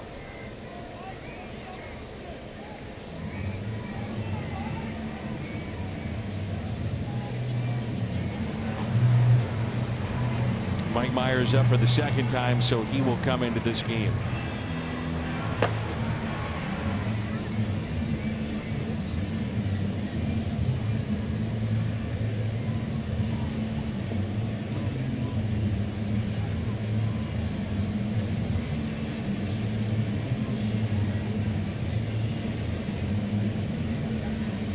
Cardinals will use their 5th reliever of the night, Mike Myers, when we come back.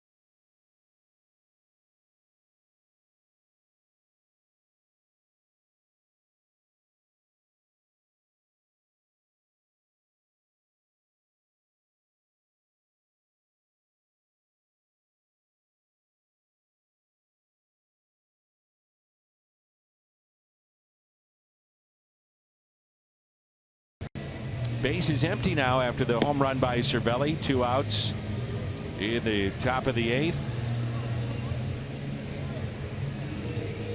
And this is our Chevy call to the pen.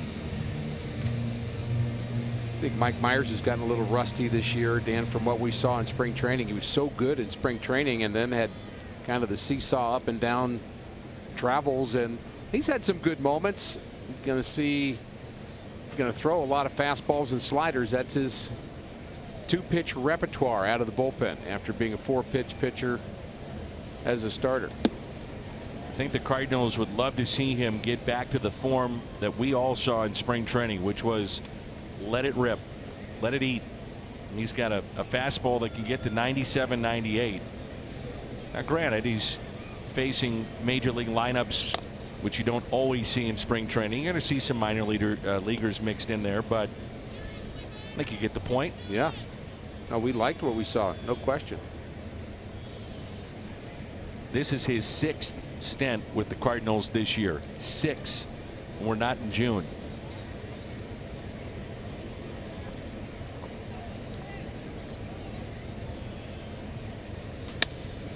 And a fly ball that's lifted out to right field, backing up Bader to make the catch.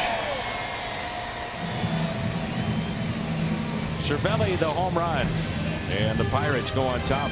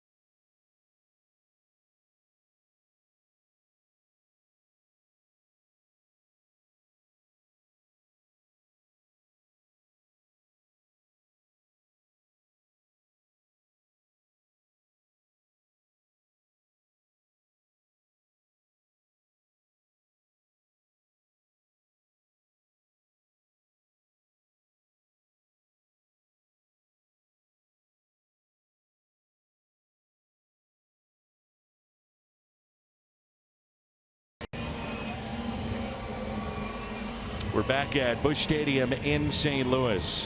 A beautiful night. Cardinals at one point they were up 4-0, now trail 8-5 in this game. The game summary: Gregory Polanco snapping out of his slump. Came in 0 for his last 22, 3 hits, couple of doubles. Cervelli, the big 3-run homer. Jordan Hicks inning in a third, and 3 earned, and Dexter Fowler with a couple of hits tonight.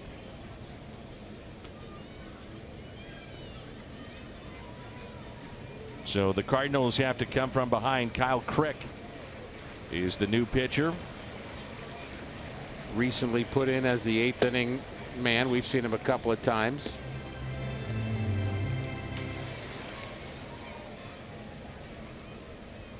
And the Cardinals got to climb back up that hill again. And a strike to Pena.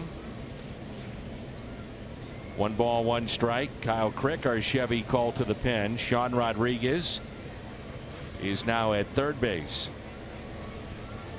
We saw him with the Giants also last year, part of that trade with McCutchen. Rodriguez, very versatile player for the Pirates. Back with them again after moving around. Father still managing in the Cardinals minor league system.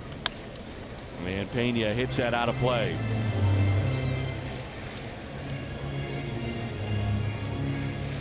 Left on the bench for the Cardinals, Carson Kelly, the backup catcher tonight, and Luke Voigt, who was called up before the game. Someone, Dan, has to emerge as an 8th inning pitcher for the Cardinals. I don't know from where.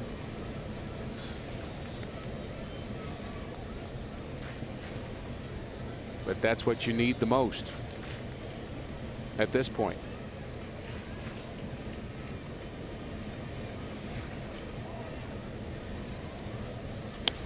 And Pena pops it up. Foul territory. Cervelli over and makes the catch. I think some fans that are listening to us, they'll say, well, Rick, they have an 8th inning guy. It's Jordan Hicks. The problem is Jordan Hicks is being used in the 7th and the 8th. Yeah, and I think he's at his age, Dan, he's still young. I like him in the 7th, frankly. I think he can wow you in the 7th, and I think that's a more appropriate place to maybe start. But to be thrust into the 8th inning guy and also have to carry some outs in the 7th, just too much.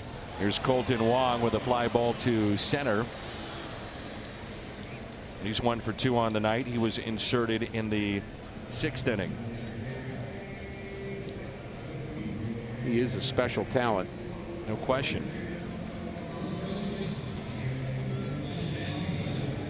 And the Cardinals running out of outs here. So 2 outs, home half of the 8th, 8-5 Pittsburgh. Carpenter with 2 hits, both singles, 1 to left, the other to right. Fly to left and grounded into the shift. Pirates are a scrappy team, aren't they? I would agree.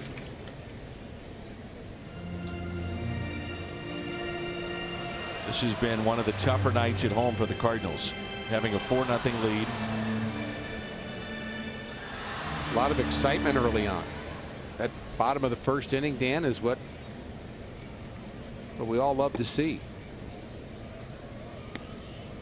Some bad news for the Dodgers. Clayton Kershaw, his back tightened up during his start. He went 5 innings, 4 hits, 1 run, and he will have an MRI coming up.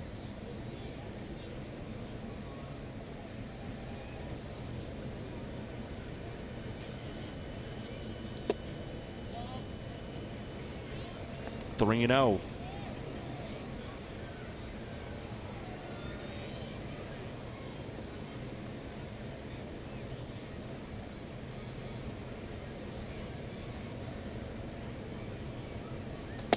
And there's a strike.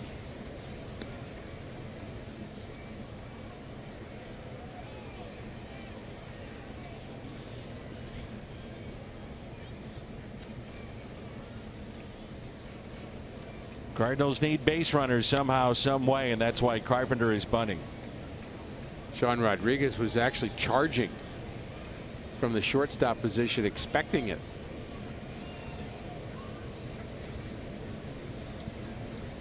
I think your point, Ricky, is spot on and valid. You know, you've got Hicks, you've got Norris, and now you got to figure out a way for someone else to emerge, to give you innings, somebody that you're counting on. Carpenter rips it into center field, but Marte is there and makes the catch. We're through 8, and the Pirates have a 3-run lead.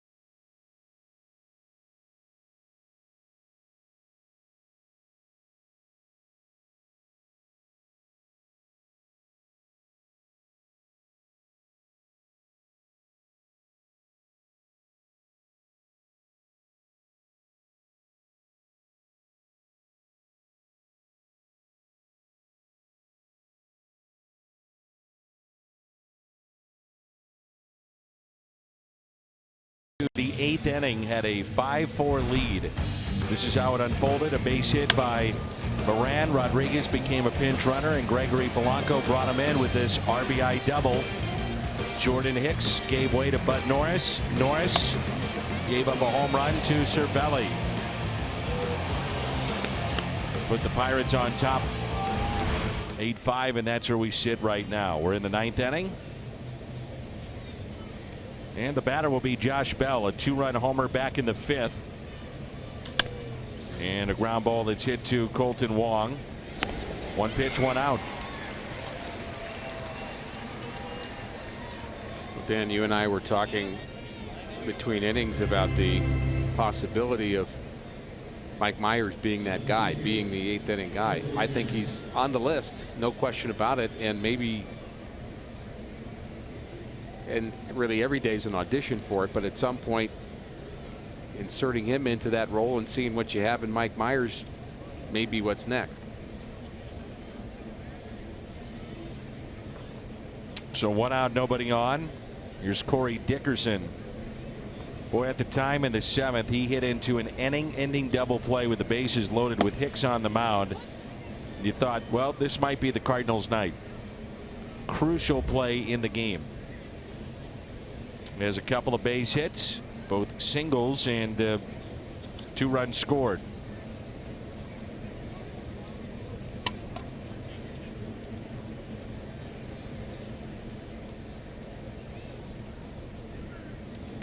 One ball, 1 strike. And to your point, Mike Matheny may be forced to do that this weekend. You would have to think Hicks is off limits certainly tomorrow, maybe 2, maybe the weekend. Who knows? And so at that point, you got to find out what else you have with your bullpen. You have to find out more about Sam Tuivailala, Mike Myers as options. You would think at some point Austin Gomber would make his major league debut. So hard to bring him into a tie game, though. Yeah. I mean, he's almost the guy that you're thinking of as a 6th inning, couple inning guy. The role that John Gant had here, backing up the starter almost.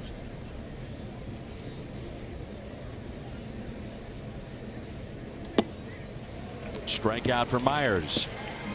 And one thing we haven't said, and probably should say, not to pile on to Jack Flaherty today, who wasn't at his best. He could have been better, could have been worse, but by going 5 innings, it makes this problem even more that we're talking about problematic, because you've got 4 innings to get, not just 2 out of your bullpen. It's totally different when you've got to get 4 and you have to get 12 outs. Now Sean Rodriguez. Good slider for a strike.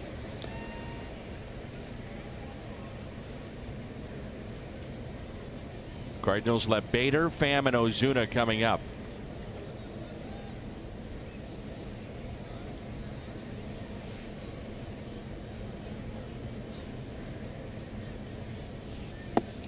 Oh, and 2.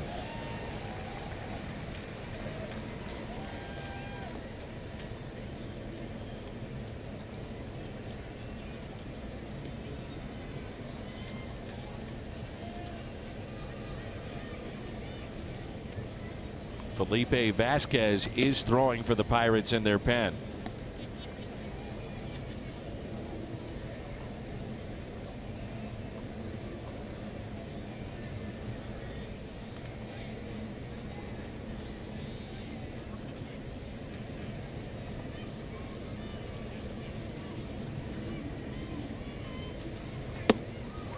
Back-to-back strikeouts for Myers sends us to the bottom of the 9th. Middle of the lineup coming up for the Cardinals. Harrison Bader to maybe get things going. Tommy Pham and Marcell Ozuna.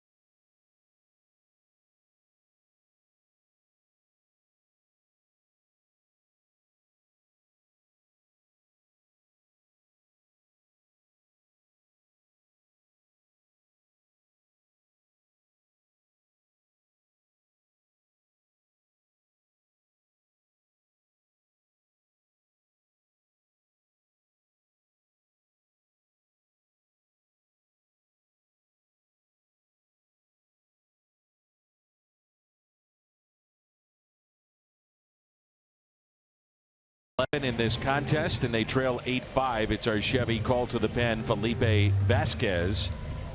Cardinals got to him last weekend. They did. That's where the hope lies. You've done it before. You can do it again. Not saying that would be simple. Hard thrower. Came over from the Nationals. Bader came up in that game on Sunday against Vasquez and blooped a base hit into right. It tied the game up, and St. Louis eventually won.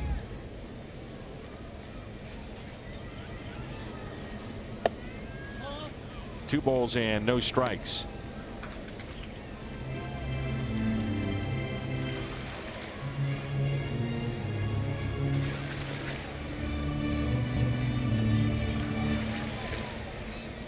I'm not sure how you configure it, Danny, but I like seeing Bader playing as often as possible.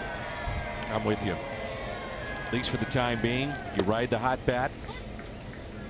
You have to alternate a little bit, I guess, to make that work, but ride it while you can. His at-bats have been as good as anybody's. 3-1, 2 more hits tonight. Stolen base.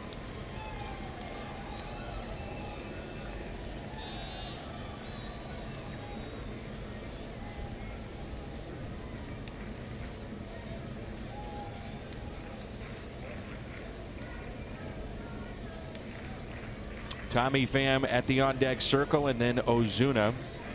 After that, Mike Myers' spot. 3-1 pitch. 3-2.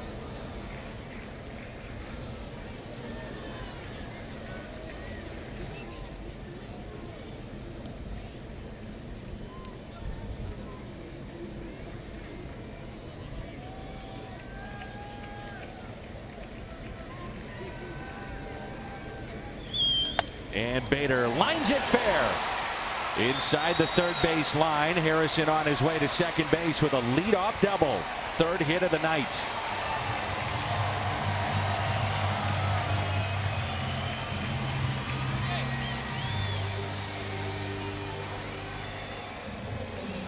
It's against a pretty good closer, too. That's a nice at-bat, a confident at-bat for Harrison Bader.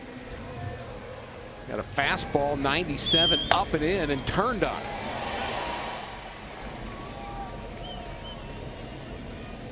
That's with the third baseman guarding the line, too. It's his first double of the year. He's got a triple, 5 homers, and now his first double. Here's Tommy Pham. And strike one. For those of you that have just joined us, Cardinals had a 4-0 lead. And then 5-4 the lead going into the 8th. Trail 8-5. The 0-1 pitch to Pham. Pulls it towards third, off the glove of Rodriguez, and that'll bring the tying run to the plate. Could see that coming. Yep.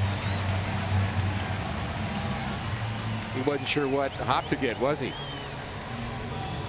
It'll be an error on Rodriguez.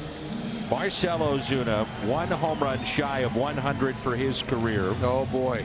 Wouldn't that be something? 3 of his home runs have been hit on the road this year. And you're right. Wouldn't that be something? Luke Voigt has moved to the on-deck circle, and there's life here at the ballpark.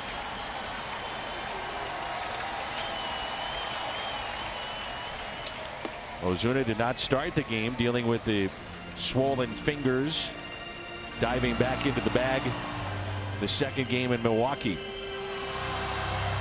That was at second base. Bader a double. Pham reaching on an error, and a 1-0 pitch to Ozuna. 2 balls, no strikes. And now Cervelli calls time, and he wants to talk it over with Vasquez.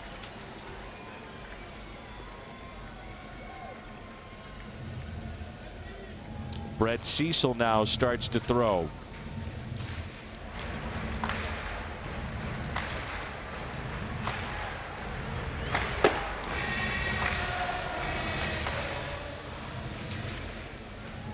Remember, Vasquez over the weekend came out of the game with his arm hanging, grabbed his shoulder.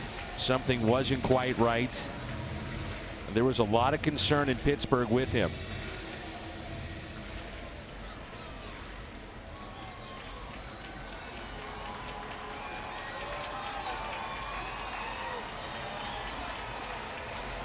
.325 against left-handed pitching.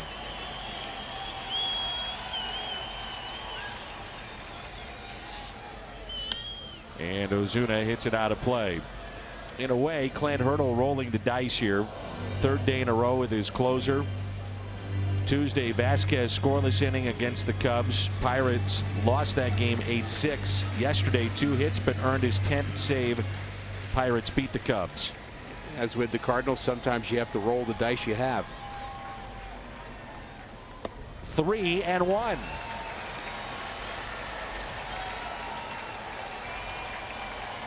And Marcell can be selective and maybe do some damage. This is where you pick out a spot, middle in, ball's there, let it go.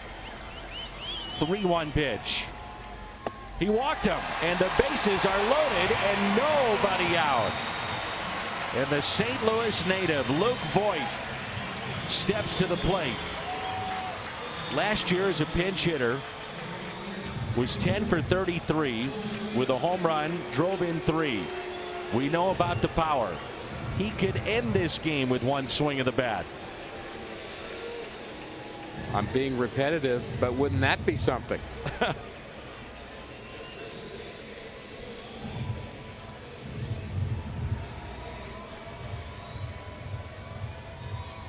Ray Searage out to visit. This is all on Vasquez. Nobody up and throwing right now in the pen for Pittsburgh. I'm a little surprised at that. I'm not, because I think it's his game to win or lose. Yeah. And he's out there to win or lose it. But he does not have the dominant stuff that we've seen. It's not quite there. I mean, usually, let's say last year, Vasquez comes in, I mean, it's game over. Santana struggled big time last time out for the Pirates. And again, Clint Hurdle doesn't have a choice either. You go with your best. You win or lose with your best here. But he has pitched himself into a tough spot, to be sure. The chance of Luke here at the ballpark. Oh, what a cut by Luke Voigt. You know, Vasquez, though, normally he's around 98, 99. Not to say that 96 is shabby, but it's not to the level that we've seen.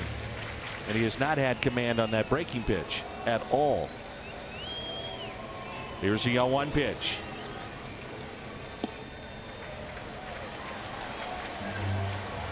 One ball, one strike. It is the season debut here for Luke Voigt. He was called up, did not appear. And so his first appearance this season. And the 1-1 pitch to Luke Voigt. 1-2.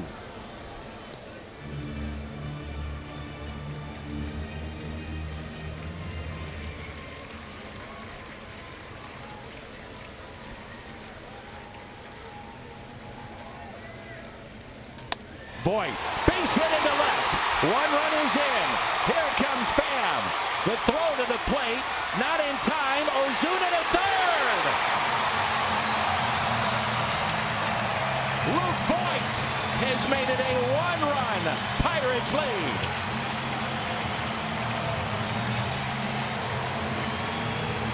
And how about the base running of Marcell Ozuna? Give credit where credit's due.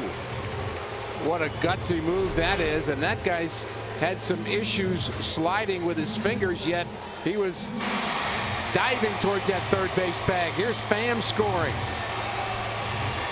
And the slide at third by Ozuna just in time. And the outfield was so deep for the Pirates, he was able to go first to third on a ball hit to left field. And with that, the Pirates bring in their infield. And Jairo Munoz, who doubled in two back in the first, he'll dig in. Luke Weaver, the pitcher, will pinch run for Luke Voigt.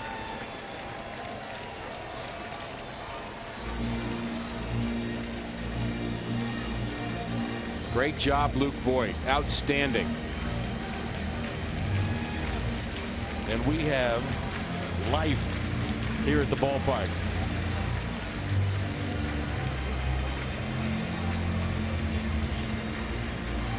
And Harrison Bader got it going. And the Cardinals have not stopped from there.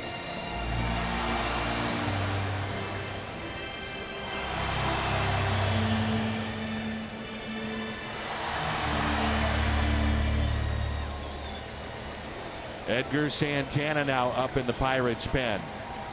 Runners at the corners. Infield drawn in.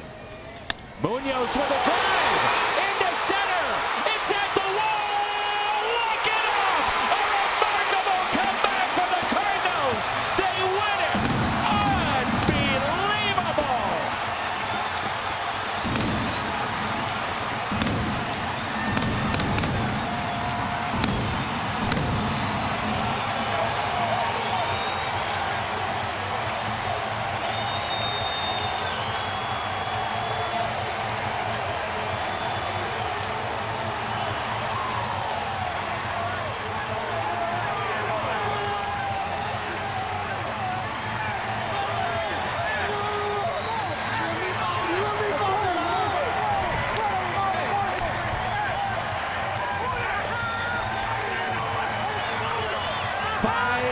runs in the bottom of the ninth to win it.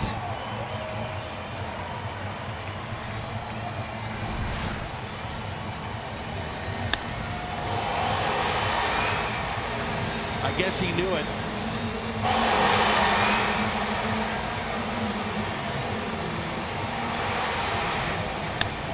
And so did the bench. What a great moment. The sixth walk-off win for the Cardinals this year, and this time Jairo Munoz. Let's check in with Jim. Ali Marmo is going to translate. Jairo Munoz, the walk-off. He jumped on that pitch. What was he looking for, and what did he get? Le brincaste ese picheo que tú estabas buscando que te tiró. Yo de una vez salí a buscar reta porque salí a buscar la reta y cuando la vi en el aire dije mi picheo ese swing. He said I went up there thinking fastball. When I saw a slider, I jumped on it. When he first came up, when you first came up, you had your struggles. Since you've been back up, you seem like a different player. What's the confidence level right now? Él ve una diferencia en cuando tú subiste, okay, tuviste un poquito de problema, pero ahora te ves con confianza. ¿Qué es la diferencia? Bueno, que cuando yo subí a lo primero estaba tratando de hacer mucho y ahora estoy calmado, con más confianza y tratando de aportar el granito de arena para el equipo. He said, when I first got here, I was a little nervous and trying to do too much. I'm more confident. I know I can do the job, so I'm just going to relax and do what I can do, help the team win. For a young player to come up with the walk-off home run, what's the feeling like when you round the bases and you see your teammates preparing to mob you? Que con la edad que tú tienes, primer año aquí, ¿cómo se siente rodando la base y viendo el equipo entero esperándote porque ayudaste a ganar el juego? Se siente algo increíble porque yo dije gané el juego y eso fue lo que fui a hacer a home. I came to the plate wanting to win the game for the team, and I was able to do it, so it feels incredible. Congratulations. Thanks, guys. Thank you. Danny? Great stuff, Jimmy. Our thanks to Ali and also Jairo Munoz. One of the games of the year. Jairo Munoz, 5 runs in the bottom of the ninth. What a win. Post-game show next.